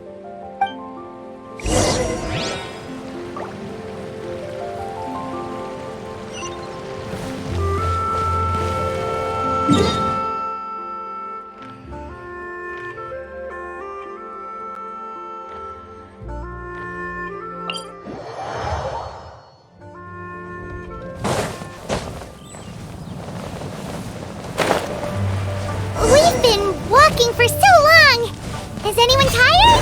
How about we stop and rest for a bit? I'm fine. Gaming, don't you usually have some delicious snacks on you? Come on, bring them out so we can share them. I'm fine. Thank you. But the winter melon cake he gave us last time was so delicious. Have you ever tried it before, Mr. Ip? Paimon.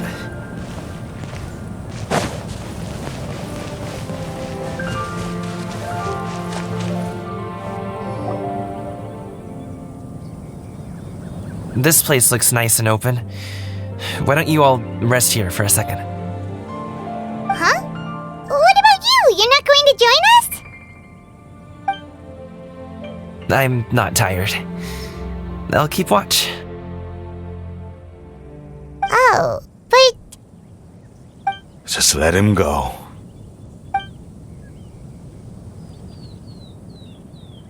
Okay, we'll just share amongst ourselves then.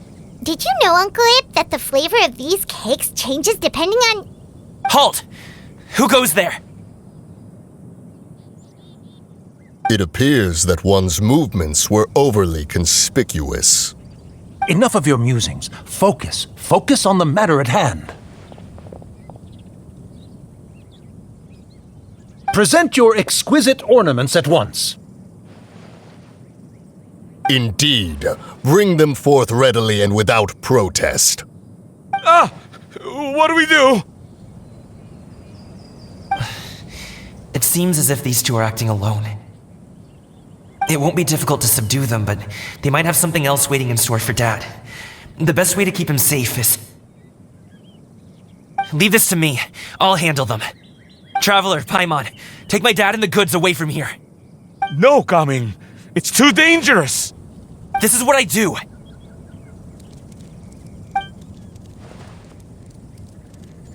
A thorny foe indeed. Let us depart and seek a target softer in blows and disposition. Don't think I'm gonna let you off so easily. Away!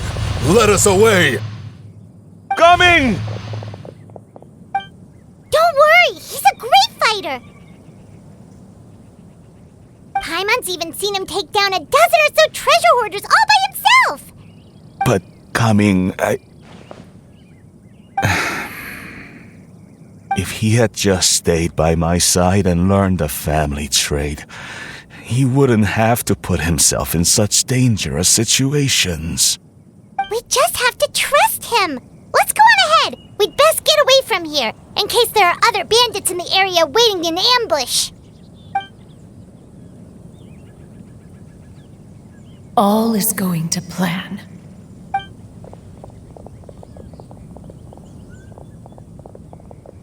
Okay, we should be good to stop here.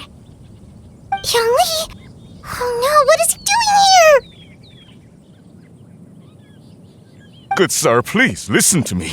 Reel in your line and leave this place as quickly as you can. There are bandits in the area.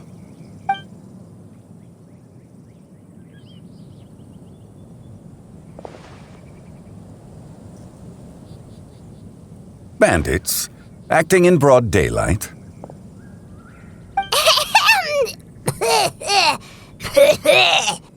Oh.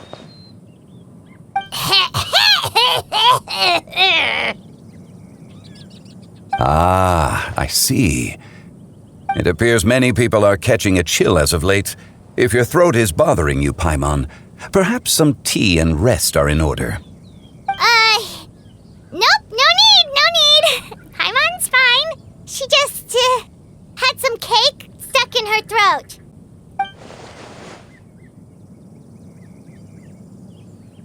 If there are indeed bandits in the area, then we should inform the Millilith at once. Oh? Well, if that's the case, such matters are best left to those with the necessary expertise, wouldn't you agree? I suppose you're right. If ordinary people like us got involved, we would only cause more trouble. Since we find ourselves otherwise unoccupied in this beautiful area, why don't we find a quiet place to relax while we wait for good news? That would be lovely.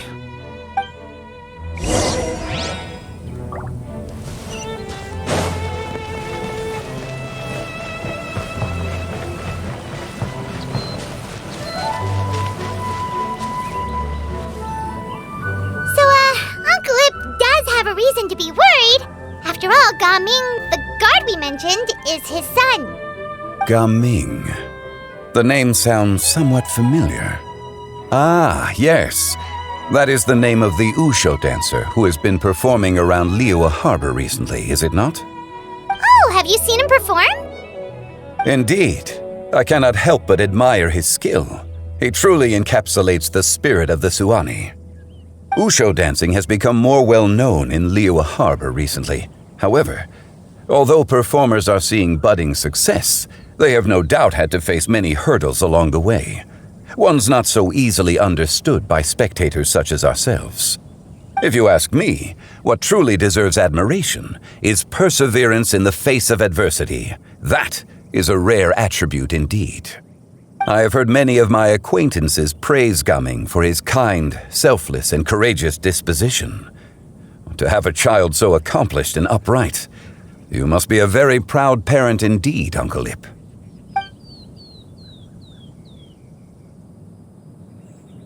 Seems like Zhongli has decided to skip the formalities. Well, he's a hard worker. Yes. You should be sure to tell him you think that when he gets back. Your son is young yet. It's normal for someone his age to be a bit hot-headed. It's understandable to find talking about such things in person difficult. If there's a particular sentiment you wish to convey, perhaps we could pass it along for you. No. It wouldn't be right to ask that of you. This thing between us has festered for many years now. In truth, there are some things that simply aren't easy for us to talk through. I've been in the tea business for most of my life, and I always hoped my child would do the same. Otherwise, how would he support himself? Over the past few years, I heard how well he was doing for himself as a guard. How his work was taking him to farther and farther off places. I also heard that he never gave up on wushou dancing. It made me happy. But I was also worried. When you're young, you can handle all that physically taxing work and manual labor. What young person isn't capable of making a living that way? My concern is what happens when you get old. Every time I get to thinking like that, I cannot help but be reinforced in the belief that I was right. That I was right not to give in. I often regret introducing him to wushou dancing as a kid. If I had known how things would turn out, I would have never taken him to see those performances in the first place. It is only natural for a parent to strive to send their child down the right path. No one would begrudge you that sentiment, Uncle Ip. You need not worry. You seem quite young, Mr. Zhongli. Yet you speak with such wisdom. Perhaps I have misjudged your age. Your words are too kind. Truth be told, one of my old friends has several grown daughters. Rather than fretting about their future, however, she prefers to let them find their own way. Then she's more easygoing than I could ever be. I fear I lack such an open mind. I meant to say earlier, there is no need to be so polite. Feel free to call me by my name, Ipdak. Sure. So, do you also think I fret too much, Mr. Zhongli? That's not exactly what I was hoping to convey. Only a fool would ask a parent not to worry about their child. But think of it this way. Raising a child is not unlike flying a kite. Hold the string too tight, and it can no longer soar. As my friend once said, if your children are aiming for the stars, clipping their wings will only cause them to come crashing down. You need to let out the line for a kite to soar. It seems I was too stuck in my ways. You need not reproach your heart for caring. You simply need to loosen your hold a little. Indeed, with such a big heart, why not allocate the time you usually spend worrying about Gaming to the pursuit of other things, like going for a stroll, drinking tea, or taking in the scenery? You never know what surprises could be in store. Things can change in the blink of an eye. The blink of an eye, you say? Do things change so quickly? Children grow up in quite the same way, do they not? Day after day, year after year, sometimes in the blink of an eye, but always when you least expect it. As a father, I'm sure you know that best. Yes, you can say that again. 1 second Gaming was a kid. The next thing I knew, he was ready to fly the nest. Zhongli certainly has a way with words.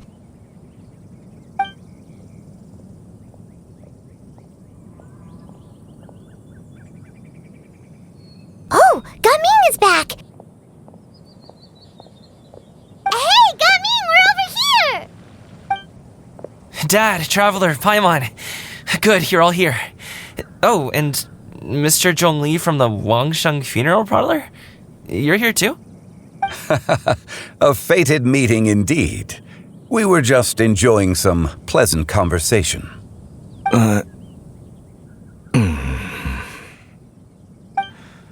Is everything resolved? Well, you could say that. What does that mean? Traveler, Paimon, come with me. I need to talk to you. Huh? Oh, okay. I'll come right out and say it. Those 2 bandits, you sent them, didn't you?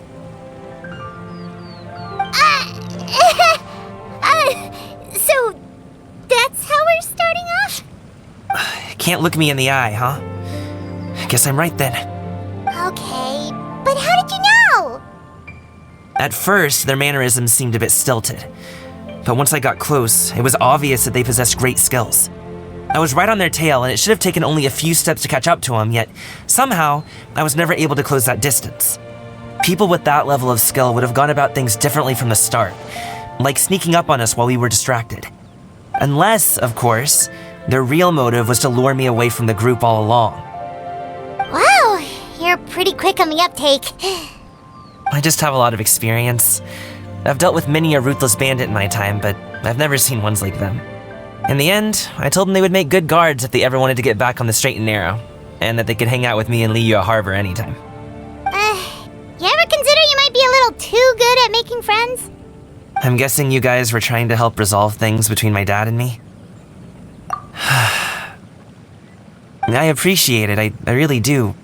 But this conflict between us has been going on for a long time. Even if those 2 were real bandits, and I was able to subdue them and show 'em what I was capable of, it wouldn't change anything. You've seen the way he talks to me. It's not like that at all! Your dad really cares about you. You should see the way he talks about you when you're not around. Zhongli was talking things through with him, and he nearly agreed to let it go.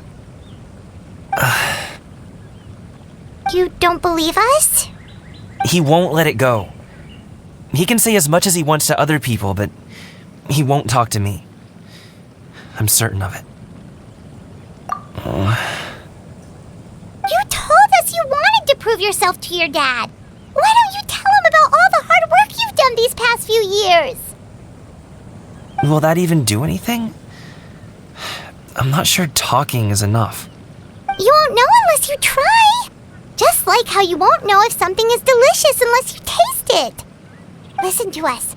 It's time to put these people skills to good use. You can make friends with anyone, so why not your dad?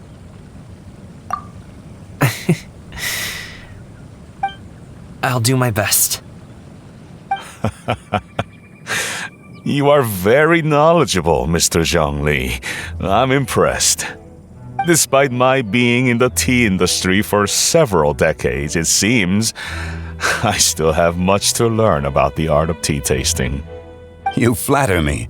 It was nothing but a few humble musings. How much tea have you drank since we've been gone? Ipdak and I have found many a common interest. Our friendship, much like a cup of tea, seems to grow stronger the longer it has to steep. Well said, Mr. Zhongli. Gaming, Mr. Zhongli is very knowledgeable. You should take the opportunity to learn from people like him when you're in the city. Huh? Oh, of course. Ahem. Zhongli? I have very much enjoyed our conversation, Ipdak, but I, unfortunately, have some unfinished funeral parlor business to attend to. Oh, I hope I didn't keep you. My apologies for taking up so much of your time, Mr. Zhongli. No need to stay on my account. When you're less busy, let's find a time to meet. I'll treat you to dim sum. It would be an honor. We'll see you off, Zhongli. You two have a nice chat, all right?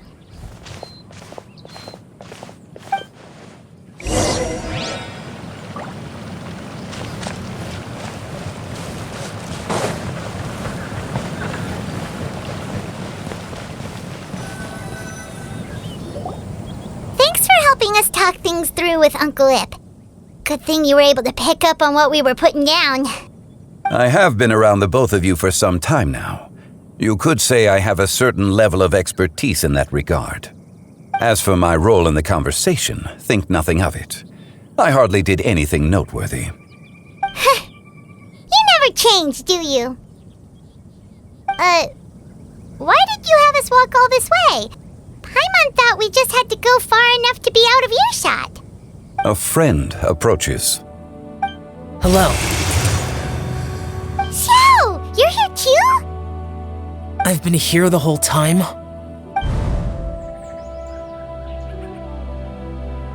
A ghostly kite. Could that elusive Director Hu be coming to Wangshu Inn once again? What is she doing here? I suppose it matters not. Given her relationship with Rex, well, Zhongli, I might as well go pay my respects.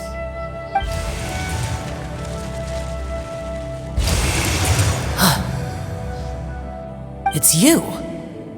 I thought you were Director Hu. Ah, your arrival is most fortuitous.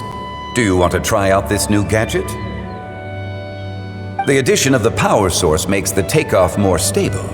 It's just that... He seems quite immersed in the study of this device. I fear it's almost too stable. It completely negates the pleasure of seeing one's kite sway with the wind. It's a bit of a shame. In truth, I'm here because Director Hu dispatched me to purchase some items in preparation for Lantern Rite. I see. Much like she does every year. Much like she'll do next year, I would imagine.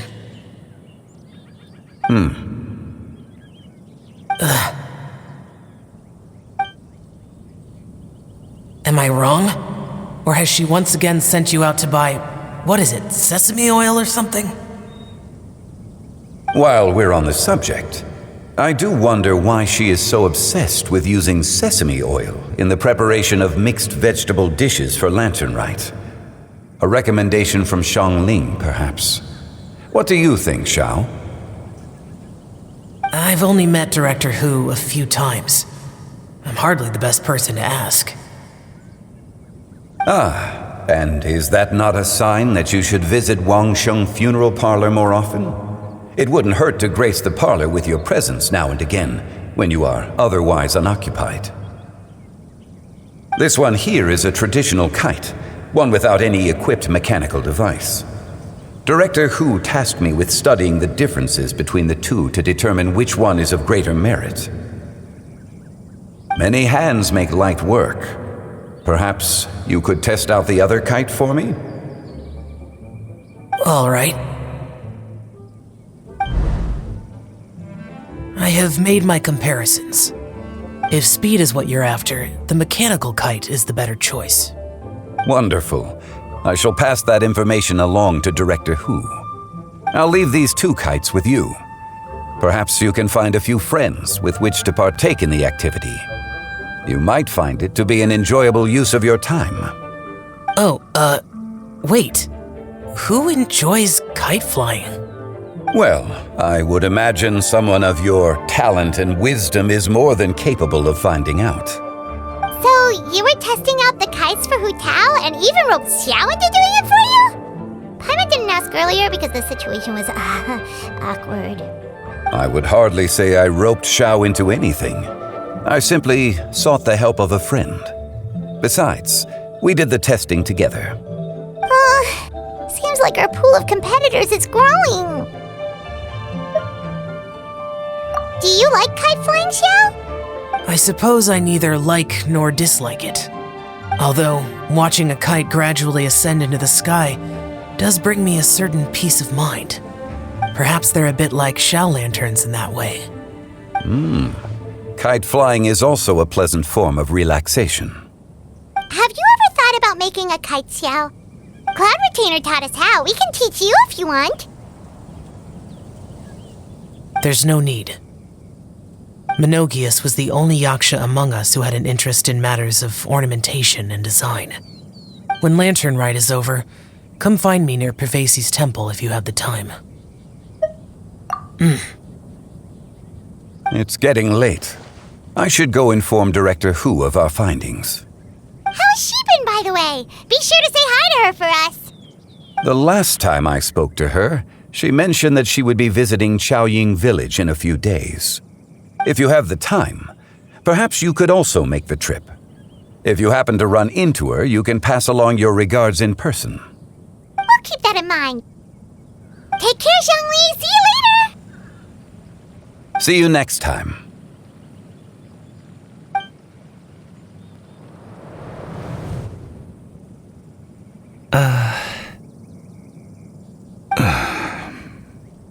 Coming. You can go first. I don't have anything to say. Then I'll go. I still don't want to leave Liyue Harbor. Oh. I can't say I support that decision, but... Hey, let me finish before you get all worked up. Sit, Shenhe, sit. You must be tired from your journey. Shall I pour you a cup of tea, or would you prefer something else to drink? No need. I'm not tired. They're gone, Master. Perfect. The time is nigh for us to make an appearance. Do you remember the plan one recounted to you? Yes, Master. We aim to give them a demonstration of familial love. So I'll have whatever you are having. All right. What are Auntie Xianyun and Shenhe doing here? Just how many people are involved in this scheme? I suppose all I can do is just take a seat and see what happens. Perfect. I just so happen to have bought some Sunglow tea recently. It's quite the delectable variety. Or it would be if one has not been forced to drink it every day in the hopes of whittling down one's considerable stash. One has more than had one's fill already. Oh, forget it. Such thoughts detract from the present need to keep up the conversation. Has work been busy during the holiday season? Do you need my help with anything? Drunk guests can sometimes cause trouble, but I deal with them as you taught me, by pinning their heads against the table. Are Auntie Xianyun and Shenhe serious right now?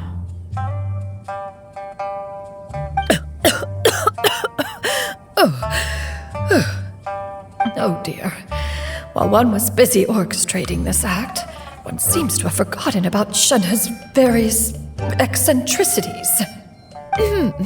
What I meant to ask was, have you made any new friends? We live so far from each other. It would be a great comfort to me to know you were surrounded by good companions. You already know of my past circumstances. Recently, I've been conversing with Guoba in the kitchen at night.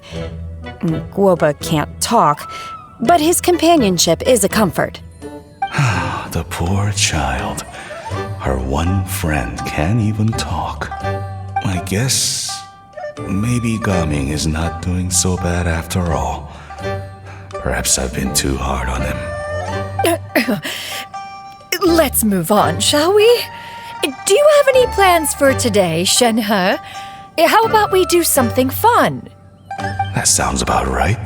Take her to do something fun, and perhaps she'll loosen up a bit. Like we used to do when we would carry stones up and down the mountain from dawn until dusk, picking herbs to eat for dinner along the way. If that is what you ask of me, then that is what I shall do. Dad, here, have some tea. Or no, wait, let's not have any just yet. Yeah. I simply can't listen to that any longer. Gaming, I'd like to finish what I was trying to say before. I don't support your decision to stay in Liyue Harbor, because living there is too hard on you. If you come home, there will be people to help you. I'm not saying we have to live under the same roof. I know our personalities are too similar to avoid butting heads. But you'll have your entire family around you. Your aunts, uncles, they'll all do whatever they can to help. You could get a less taxing job, and we could grab dim sum together from time to time. Huh. I didn't know dim sum was such an important affair, Master. Shh. Just think about it, okay? You don't have to decide now. Dad really has changed a lot. He would never have said these things to me before.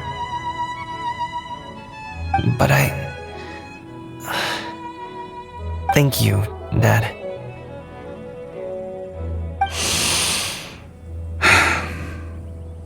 It's been long enough, don't you think? Oh, Paimon sure hopes they've made up by now. Oh, they're drinking tea in silence. That's not a good sign. Did Xianyun's plan not work after all? Hey, you two! Paimon's sorry we were gone for so long. We got to chatting with some friends and didn't realize how much time had passed. Perfect timing, actually.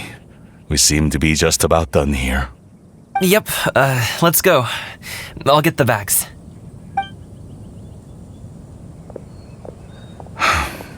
Gaming has grown a lot taller, hasn't he?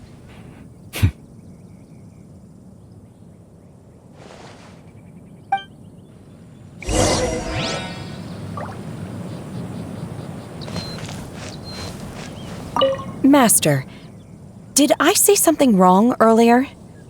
I tried to go along with your questions, but when I saw how you and that man reacted, I started to wonder. Not at all. Certain unforeseen variables may have presented themselves along the way, but the outcome proved favorable. The plan was a success. Then I helped? Naturally. Your purity of spirit is one of your greatest strengths, Shenhe. You need not change who you are.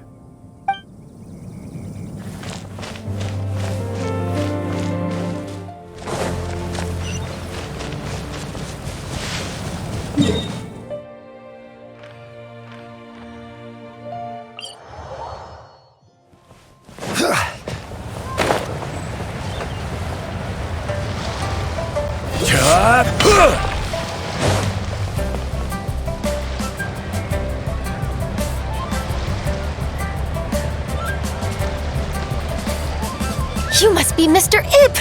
Thank you for coming all this way.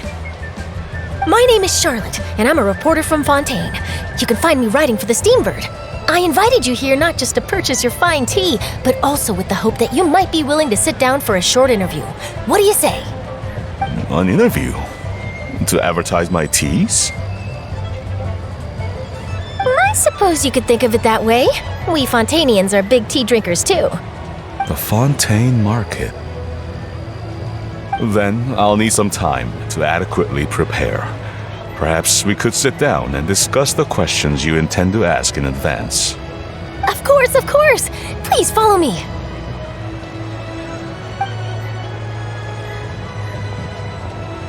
Is this person also involved in your plan? And here I thought I had lots of connections.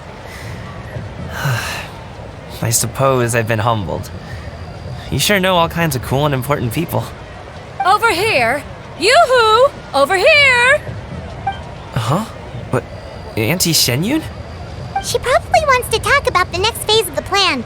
Let's go while your dad is still distracted.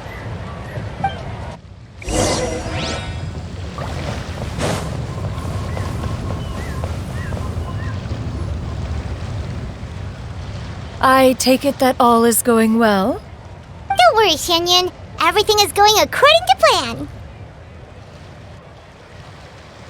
I knew it. I knew that was all an act earlier. Auntie Xianyun is really something. She was so determined to help me.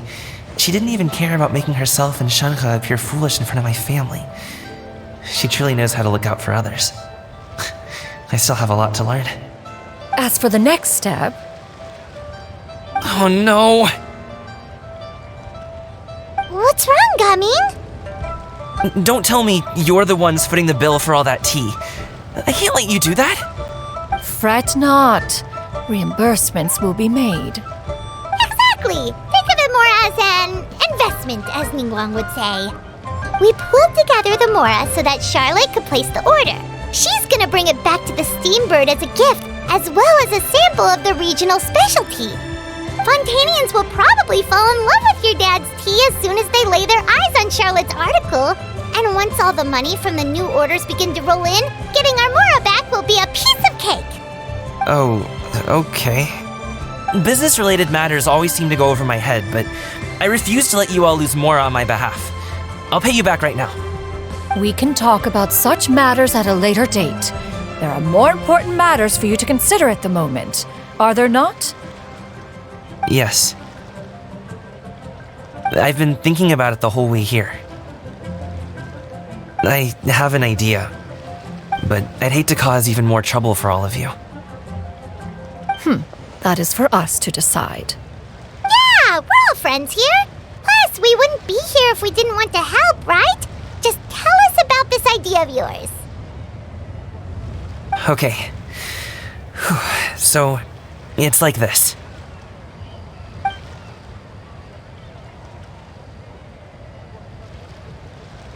Got it! Just leave it to us. Let's split up and make it happen.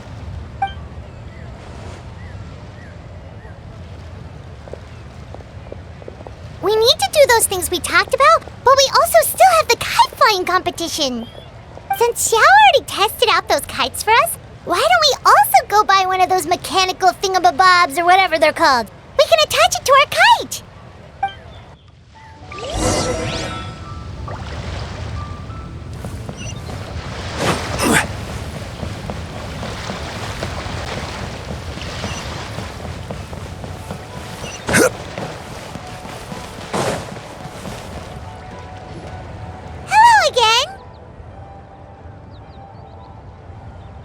Welcome back! I see you returned from your trip. I really do have to thank you for all your help from before. Thanks to you, my daughter was able to build a kite with her grandmother that very same day. She even wrote a long letter telling me how much she loved it.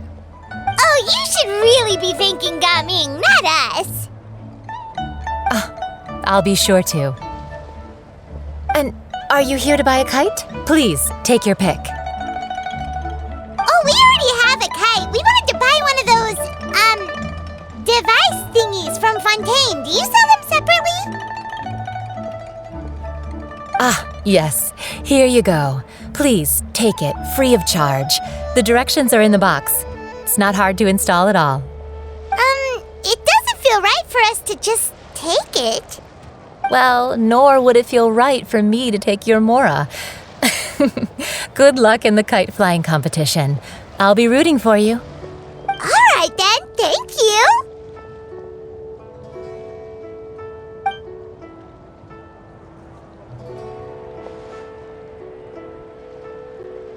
Phew, it's done. Let's get down to business.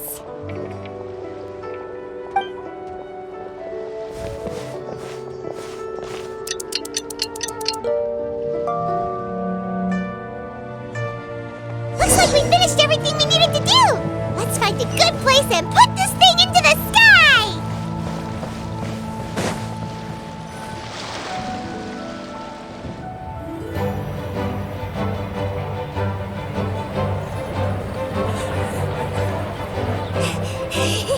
Chi-Chi, we're almost there. Okay.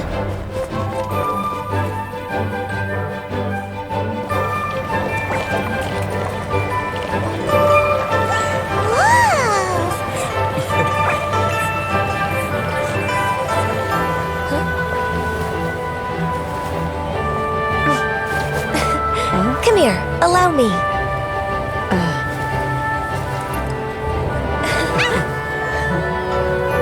Lantern Rite is as festive as ever!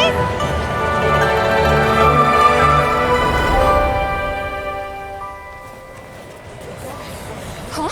Oh, what's going on? Did something happen? What should we do?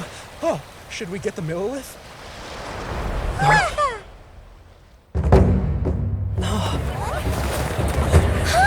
What's that?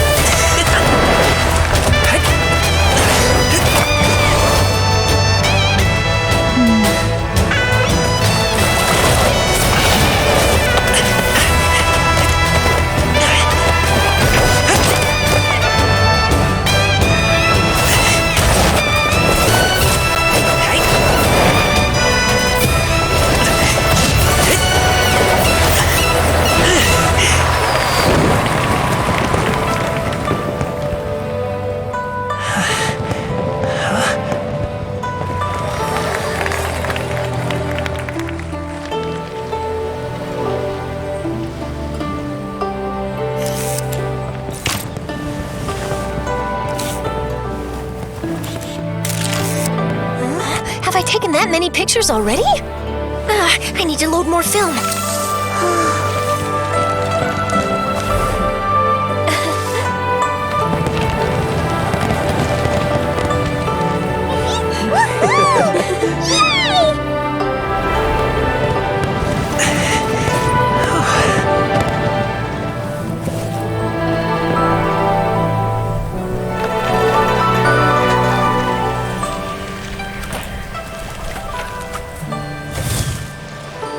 Wait, the wind.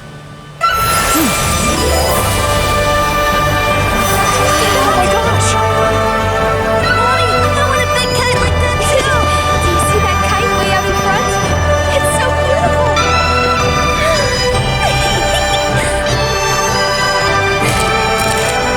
Happy Lantern Rite. Happy Lantern Rite.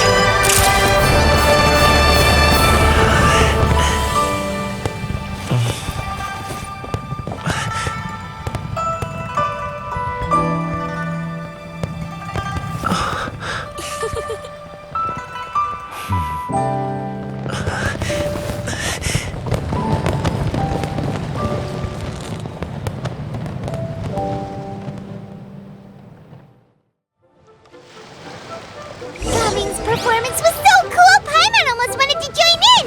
You saw that, right, Traveler? Archon. Let's go find him! Oh! He's over there! Talking to his dad!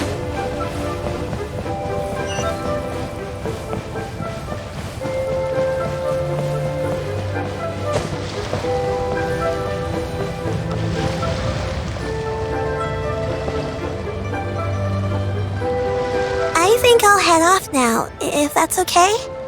Thank you, little girl. Do you want us to walk you back? No need, no need. Master is waiting for me right over there.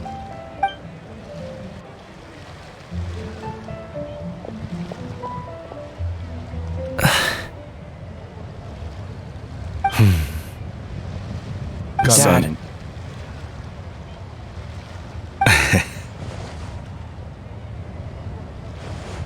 I suppose I'll go first this time. Okay. Your performance.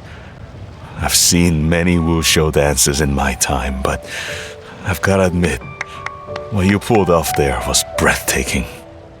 Wow. I never thought I'd live to hear you say that. You're serious about doing this professionally? Absolutely. I know it'll be difficult, but... Then it doesn't matter. What I mean to say is, of course it'll be difficult. But if that's your decision, if that's your dream, then it doesn't matter how difficult it is. As long as you put in the work, then any obstacle can be overcome in time. Really, when I was young, I also... Actually, how about we save that story of my past for another time? All I really want to say is, I've changed my mind. And much like this kite, you also deserve to soar to new heights. Dad. Son. Son?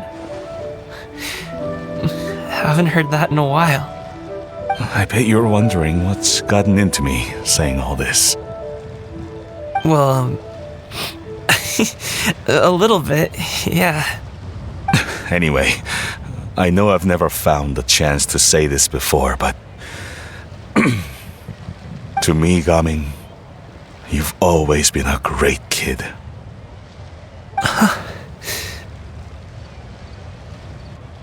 Alright, that's everything I've got. Did you have something you wanted to say, or...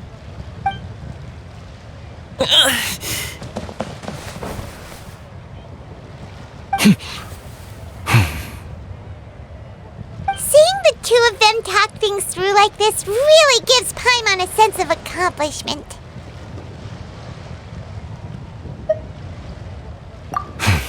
Now go. Over there. Your friends are still waiting for you. Huh? But you came all this way. I'll be staying in Liyue Harbor for a bit longer. When you have time, we can grab dim sum together. Your treat, right? Dad, honestly. Go. Okay, then I'm off. See you soon.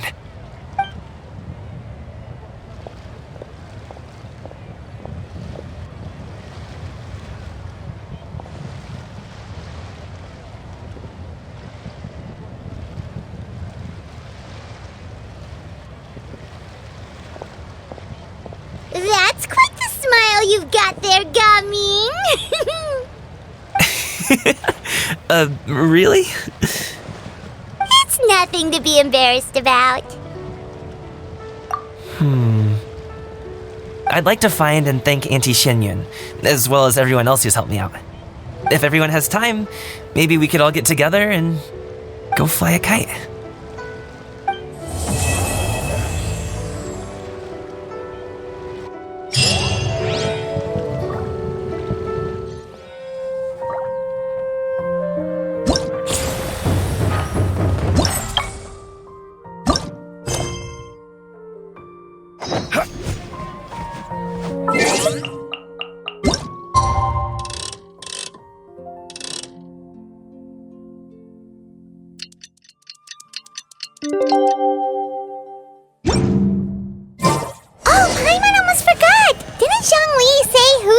Also planning on spending some time in Qiaoying village? We didn't have anything else to do today, right? Why don't we go have a look around? Maybe we'll run into her.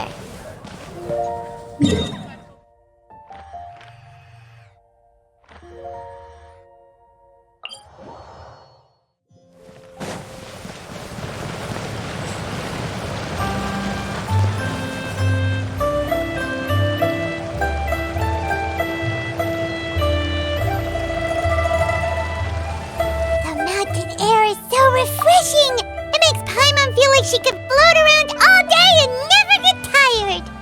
Hooray!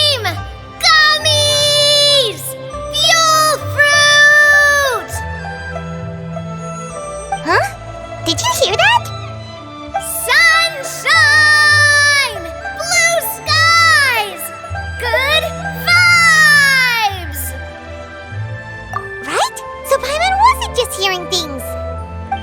That voice sounds really familiar. Well, we've got the time. Why don't we go check it out?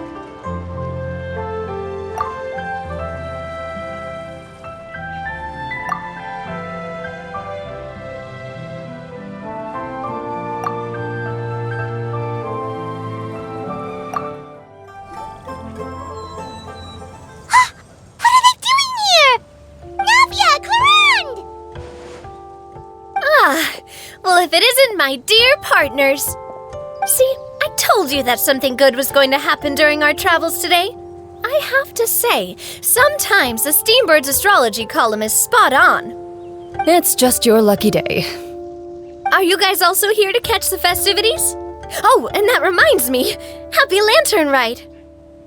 Happy Lantern Rite. Happy Lantern Rite to you too! Wait, if you're here for Lantern Rite, then what are you doing on top of this deserted mountain? And that voice we heard, that was you, right, Navia? Oh, impressive. You could tell it was me from that far away. You've got good ears. That or your voice is just really loud. Well, of course it is. After all, I'm a boss. Indeed. I suppose it's an asset. Sure is! Having a loud voice is a handy tool when it comes to communication. Wait. That wasn't even Paimon's point. Paimon just wants to know why you two were shouting from the top of this deserted mountain. There was something about almonds, maybe? And buell fruit? Ooh, is it some sort of secret code? No, it's not a code. The words are meaningless. Perhaps, but the act of shouting was very meaningful indeed. That's just what mountain climbers do, right? After all the hard work it takes to make it to the top, as you stand on the summit looking out at the vast scenery, it's not easy to resist the urge to release those emotions.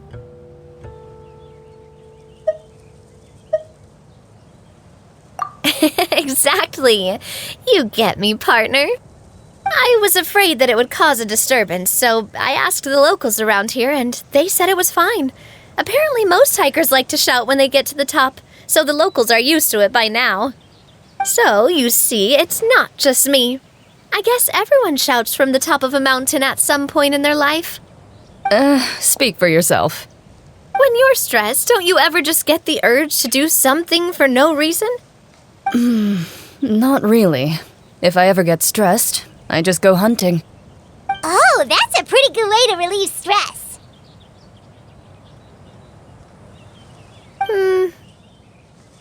What I choose to hunt depends on my mood. Huh?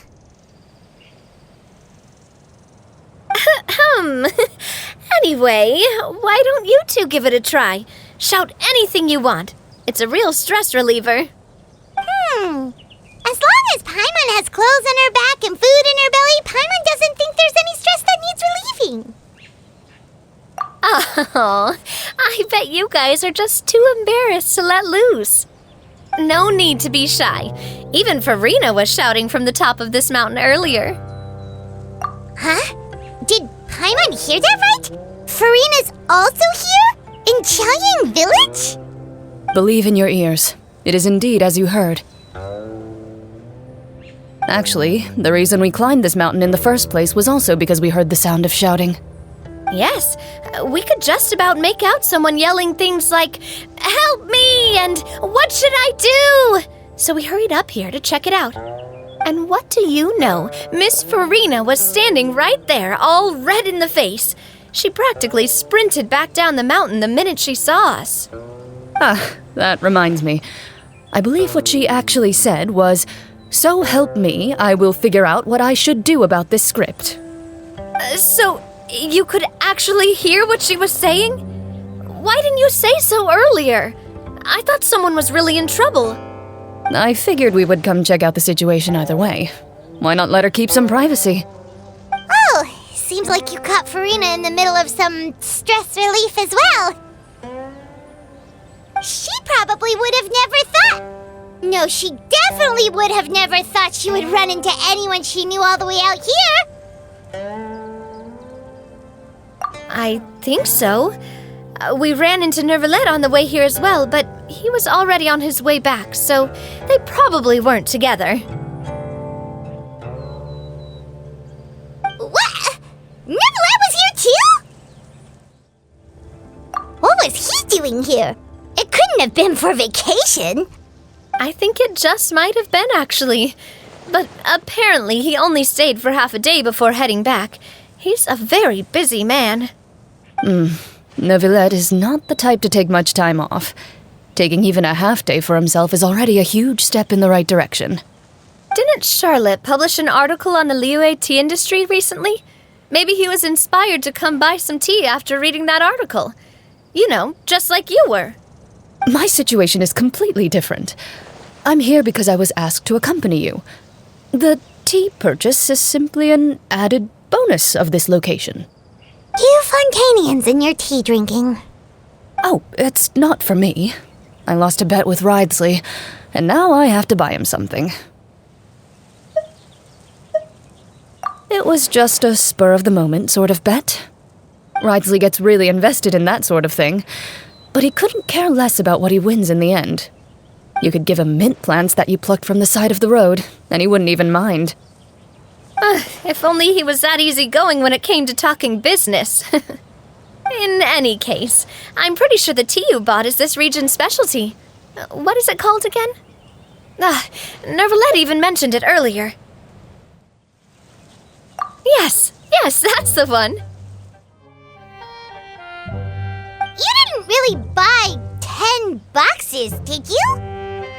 Please, do I look like someone who would fall for that sort of marketing trap? That reminds me. You guys said you only came up here because you heard my voice, right? I hope it didn't put you out. You must have had other plans for the day. Oh, that's right. Who tell? A few days ago, we heard that a friend was going to be in Qiaoying village, so we decided to come and see if we could run into her. Oh dear. We've been chatting for quite some time. I'm sorry for keeping you. That's good. We should probably head out and look for Hu Tao. No need to stay on our account. We just got up here, so we're gonna stay around for a little longer. Go and meet your friend. We can meet up in Qiaoying village later. Sounds good. We're gonna head down the mountain then. See you later!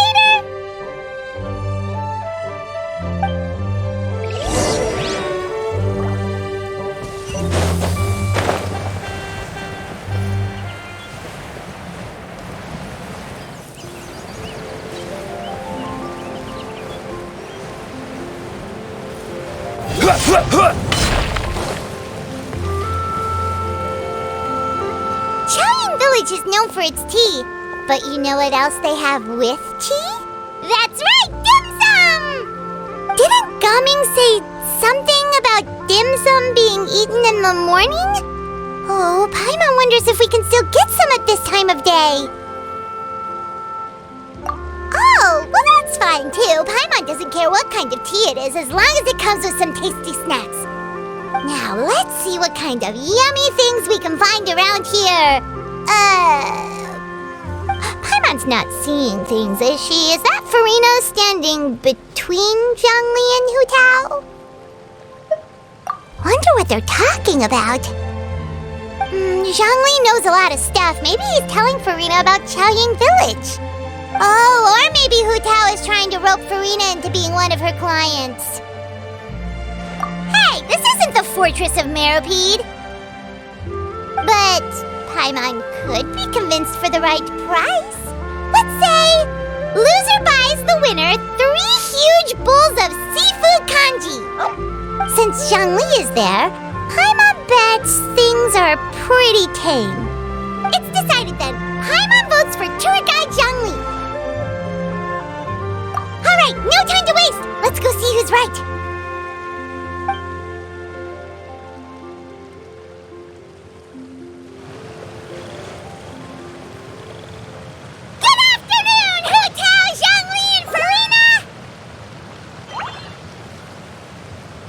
Great, now Paimon's shouting too. Oh, Aren't you a sight for sore eyes? Seems like our luck just keeps on growing. That we were able to meet you both without prior arrangement must mean that this is quite the serendipitous meeting indeed. Huh? Oh, so both of you are acquainted with the Traveler and Paimon then?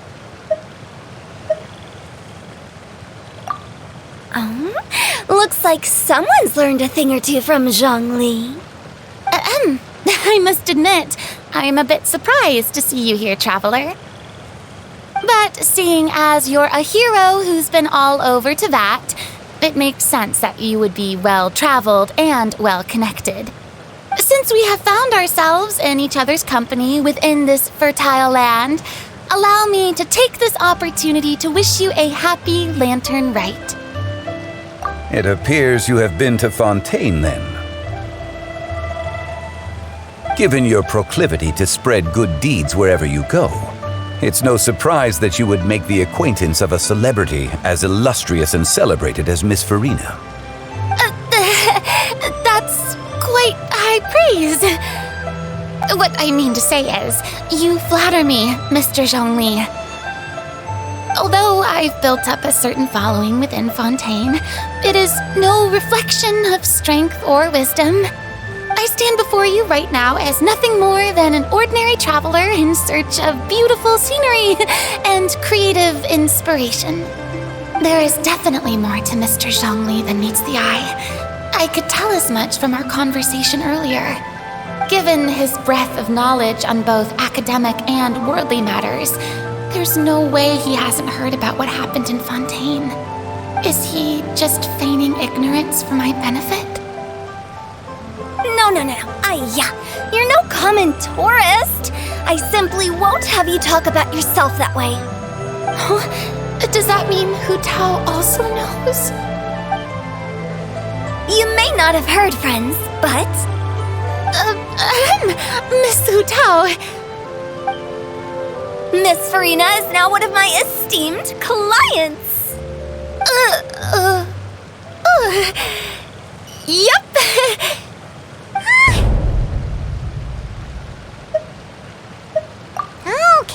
Okay, you win. Guess Paimon will have to break into the hidden stash at the bottom of her shoe. What's this about winning something?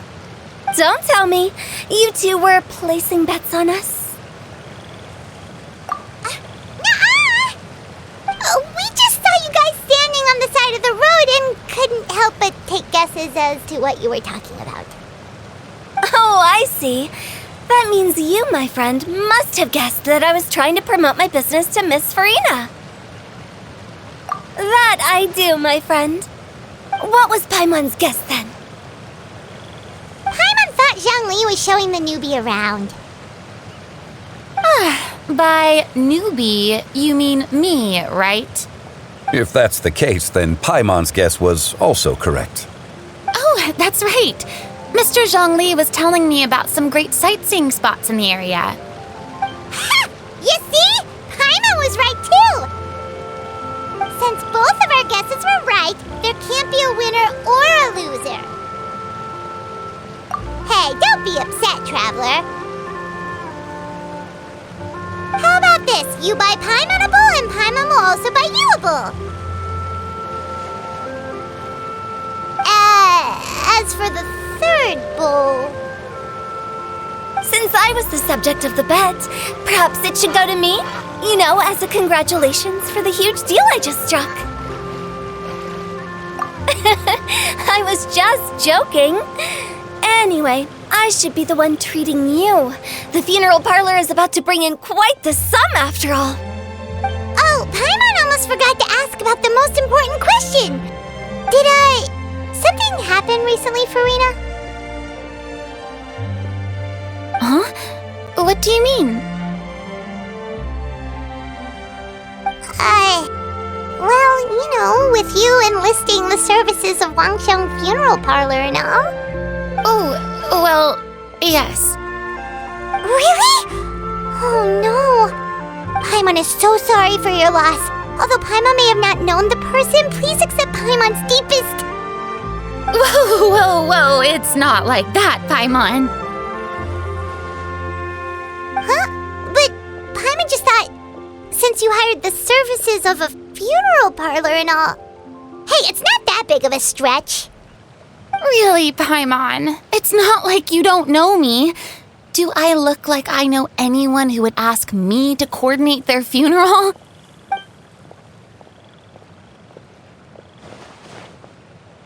Miss Hu Tao is simply helping prepare some props for my film. Not too long ago, I read a collection of horror stories from Liyue. The content was spectacular. In fact, I still feel the need to sleep with the light on even now. Anyway, that's not the point. Now that Fontaine's biggest star has returned to the stage, I figured it's about time the industry enjoyed a breath of fresh air.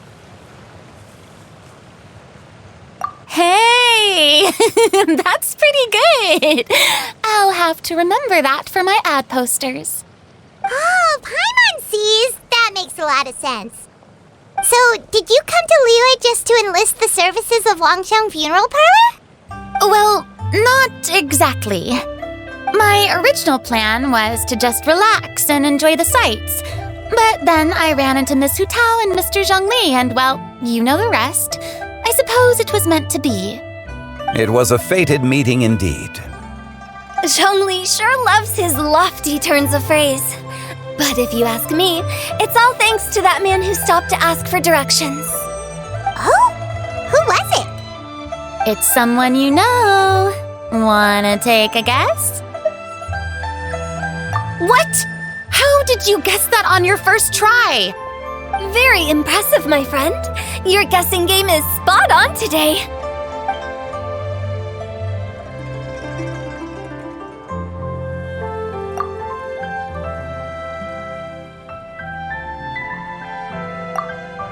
Huh. Paimon never thought Neuvillette would be the type to get lost. I'm sure he didn't get lost. Even I was able to find my way to this place without any trouble. He was already getting ready to leave by the time I arrived. He just wanted to ask someone about the quickest way to get back to Fontaine. Yup, that's exactly what he asked. This area is full of mountains and rivers. It's normal to not know the fastest route.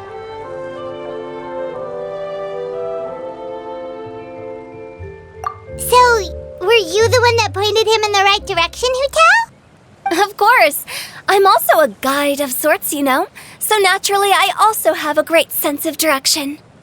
But speaking of your friend... What about him?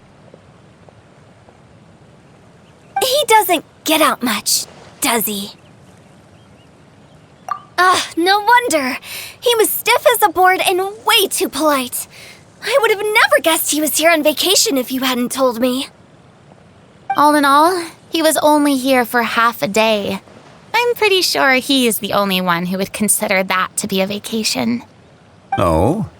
This gentleman you speak of must keep a demanding schedule. I'm sure he does. You didn't see him, but he was dressed like he was about to attend some important meeting. It wasn't anything like what someone would wear on vacation. Is that so? Wait, you didn't see him, Zhongli? Unfortunately, no. At the time, it appeared as if Director Hu and Miss Farina were having quite the productive conversation.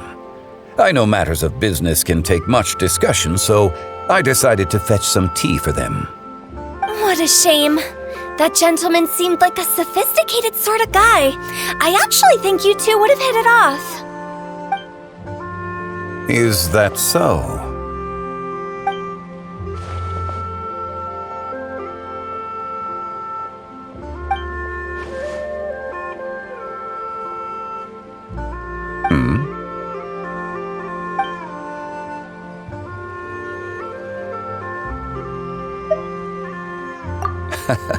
To borrow Miss Farina's turn of phrase, perhaps it just wasn't meant to be.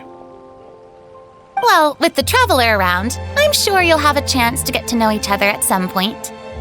That's right. He's got more friends than he knows what to do with. Well, that That's certainly true. Oh, that reminds me. If you get the chance, you should try and talk to Nervalette into loosening up a bit.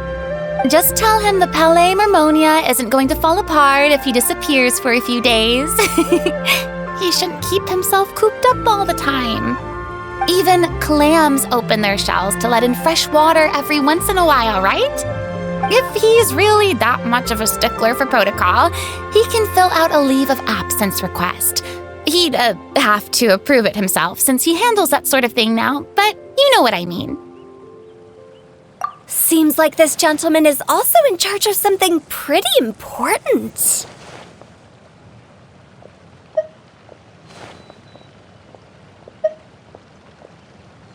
Yeah, sounds like a pretty uptight sort of guy, all right. In my experience, a leader needs to be able to roll with the punches. That also includes knowing when and what to prioritize. It seems like your friend still has a lot of growing to do. If I remember correctly, he's already several thousands of years old.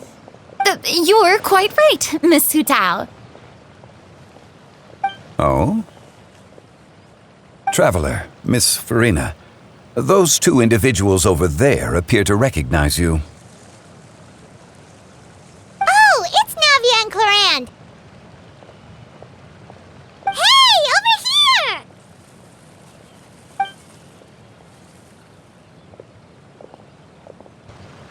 We saw you all chatting over here, and we're wondering if we could join in. Please, excuse the interruption. Oh, so polite. No apologies necessary. Any friend of the Traveler and Miss Farina is a friend of mine. Ah, straight to the point. I like it.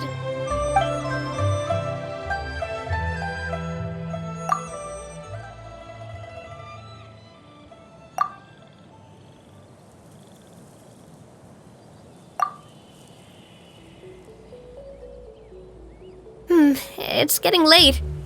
If we want to catch a boat back before dark, we should probably get going. Indeed. Then, Miss Farina. Oh, yes? When are you planning to head back? Do you need us to escort you? Oh, I don't think that will be necessary. I mean, you're not my subordinate anymore. You don't need to look after me. I didn't mean it that way. It's normal for friends to travel home together if they run into each other on the road. There are a lot of mountainous roads in this area. I imagine they'll be even harder to navigate after dark. Exactly! Just like in those ghost stories. 8 paths converge in a wood. Beside them an old house is stood. If you dare to go inside, not a soul will greet your eye. But if you take a closer look, there may be something you mistook. A candle flickers to and fro, yet there is no wind to make it so. What is its secret? What could it mean? In this wood, where mystery screams. Ooh.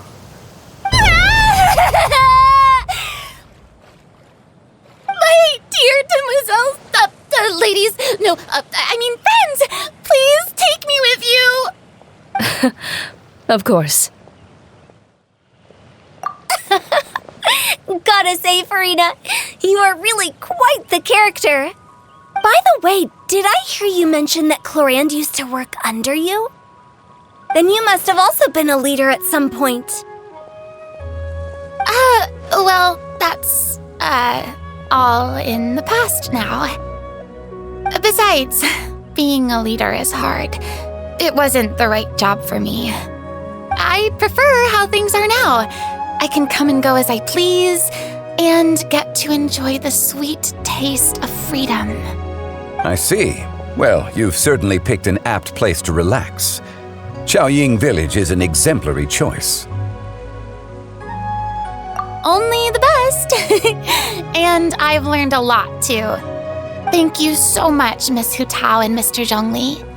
It's fine. You've thanked us more than enough already. The next time you're in this neck of the woods, I'll treat you to some dim sum in the city. Dim sum. Is that some kind of Liyue term for snacks or desserts? They are a part of it. It's basically a table full of as much tea, sweets, and good company as you can manage. Oh, so it's basically a tea party. Sounds great. Make sure to order the winter melon cake and the lotus flower crisp. They're so sweet and delicious. Paimon knows you'll love them. Ooh, okay. I'll be looking forward to it then. Wait, but didn't you guys say you were here on vacation? How come you're all going home empty-handed? Of course I am. I bought tons of fun things to bring home with me. A kite, a parasol, a little tin frog that jumps. Oh, and a stuffed toy of a mythical beast. Chlorand is the one who didn't buy anything for herself. So all you're bringing back with you is that tea? And some tea-flavored hard candies. They're for Xianyun. Chlorand isn't much of a shopaholic. Well, one of us has to practice restraint. Hey, I'm hardly reckless with my Mora. I'll have you know, all the purchases I made today were well within my budget. Me? Oh, well, I bought some tea, of course. I just had to try all the varieties recommended in the Steambird. Other than that, just some bits and bobs, you know. A little bit of this, little bit of that. They should all be things I can use, I think. Now Paimon's even more confused. If you bought that much stuff, where did it all go? Into one of Linny's magic packets? Oh, actually... Monsieur Neuvillette took them with him. Oh, so that's what happened. Wait, what? Why did he take them? He's not hoarding treasure, is he? That's quite the imagination you've got there, Paimon. Monsieur Neuvillette just saw the amount of bags we had and offered to take them back for us. I felt a bit bad at first, but, I really did have a lot of stuff. He even offered to deliver my gifts to the Fortress of Meripede for me once he's done with the day's work. Neuvillette is a man of his word. If he says he can do something, then he means it.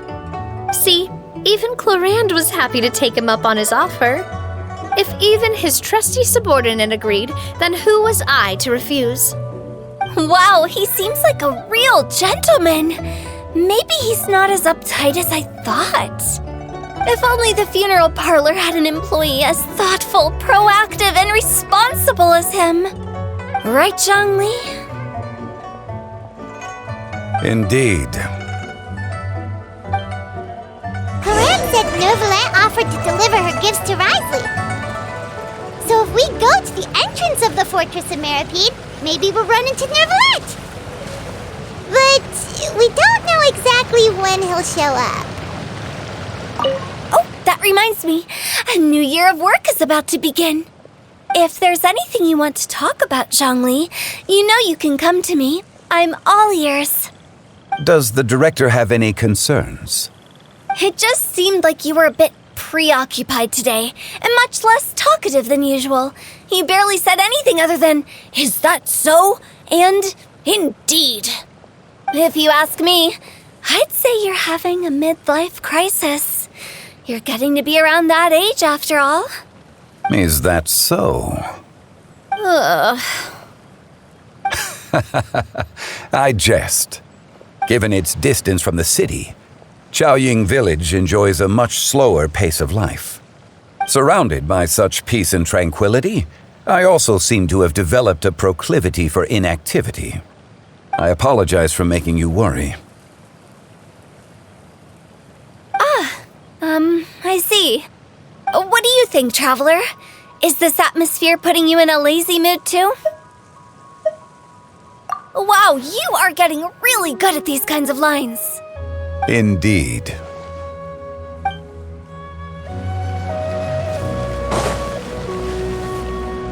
Well, everyone, make sure that you've got all your belongings with you before we leave. If there's any souvenirs anyone still wants to buy, the time is now. Reliable as ever, Miss President. What is that supposed to mean? Chlorand is right, though. You really are reliable. It's not what she's saying, it's the way she's saying it. I will say, but I never thought you'd be so easygoing outside of work, Chlorand. The tone of voice you use when you're working doesn't exactly make you seem like the type who enjoys interacting with people. Well, I try to keep my professional and private life separate. That includes my behavior. You take care now, Traveler. Paimon. Trying to act cool now, are we? Well, I guess it's not an act for you, is it? You are indeed quite strong. It's been great talking to you all. I'm really glad I decided to come to Qiaoying Village. Maybe we could go on another trip together sometime?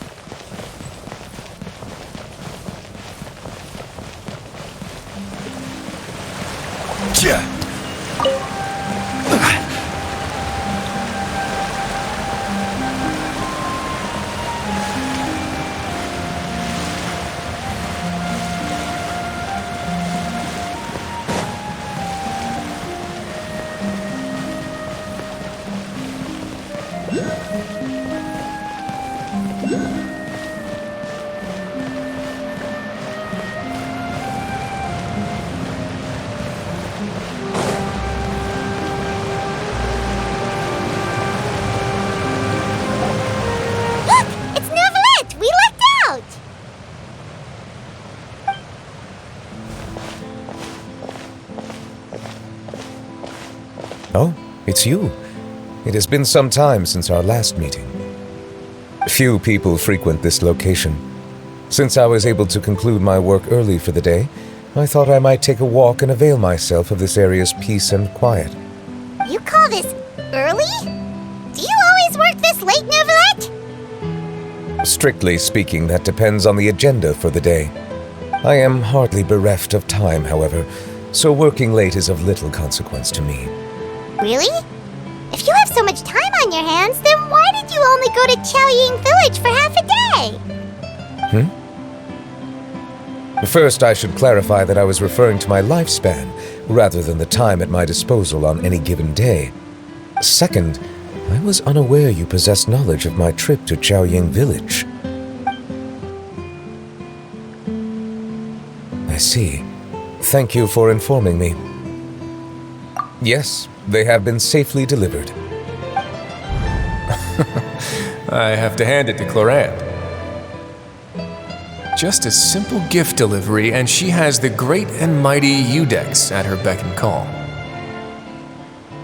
I was just passing through. It was merely an act of convenience. All right. Then I hereby confirm receipt of the goods on behalf of the staff of the Fortress of Meripede.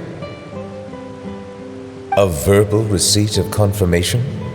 Is such a formality really necessary for a small matter such as this? Guess not. This quantity of tea, though, seems a little excessive for a gift, don't you think? Before you know it, they'll start accusing me of taking bribes. About that. Much of that is my own excess, I'm afraid. Oh? Why? What happened? It was buy 10 boxes, get half off. Ah, that explains it then. Well, go ahead and leave them to me. I'll get through this stash as fast as I can. You have my thanks. Oh, there's something else I'd like to give to you. This is a stone slate, engraved with a symbolic design. While that is an apt description, it is in actuality a legal codex.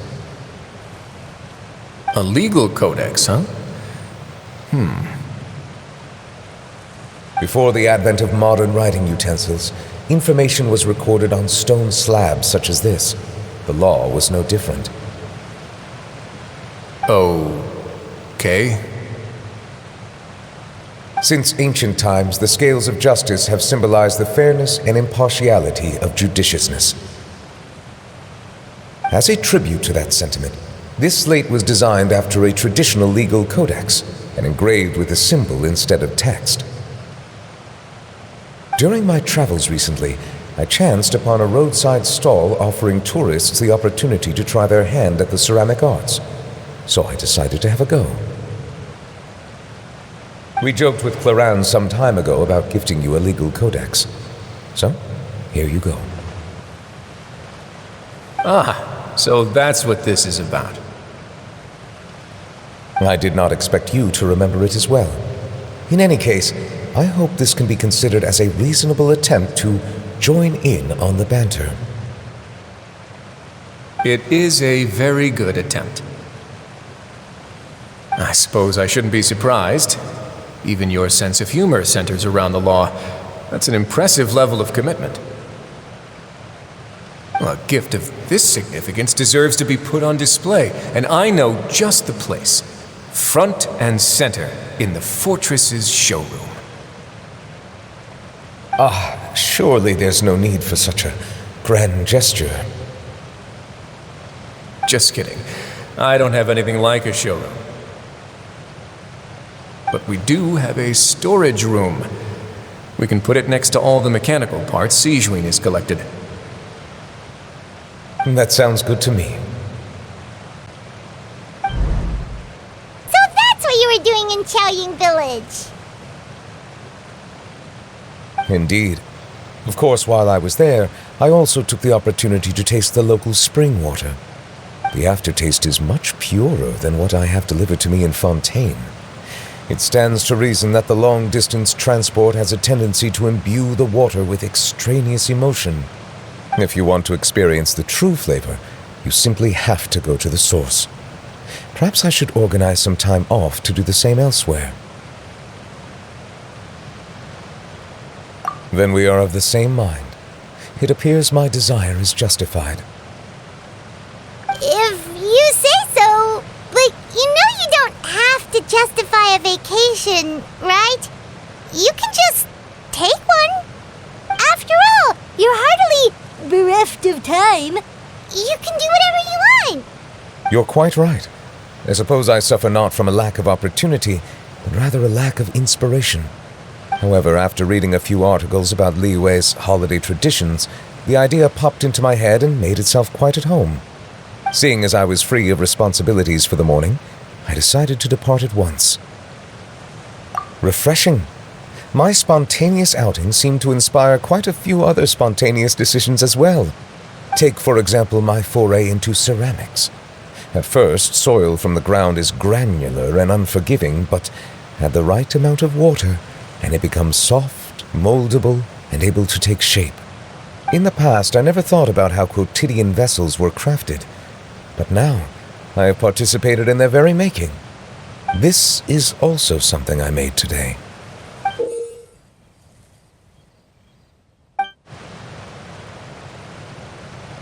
That's a ladle?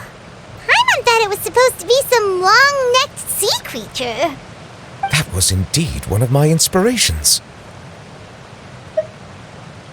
Really? You like it? To tell you the truth, given your unexpected arrival, I find myself quite unequipped to give you the welcome you deserve. Around such an important holiday such as this, human custom would dictate that gifts should be in order. But I'm afraid this is all I can offer. If you'll have it, that is. That is precisely why it would do me such a great honor if you accepted. You are most welcome. Happy Lantern Rite.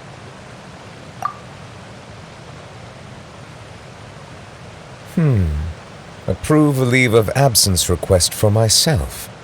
That sounds like it could easily lead to a vicious cycle of self-indulgence. something which couldn't be in further violation of protocol. But I suppose I understand her point.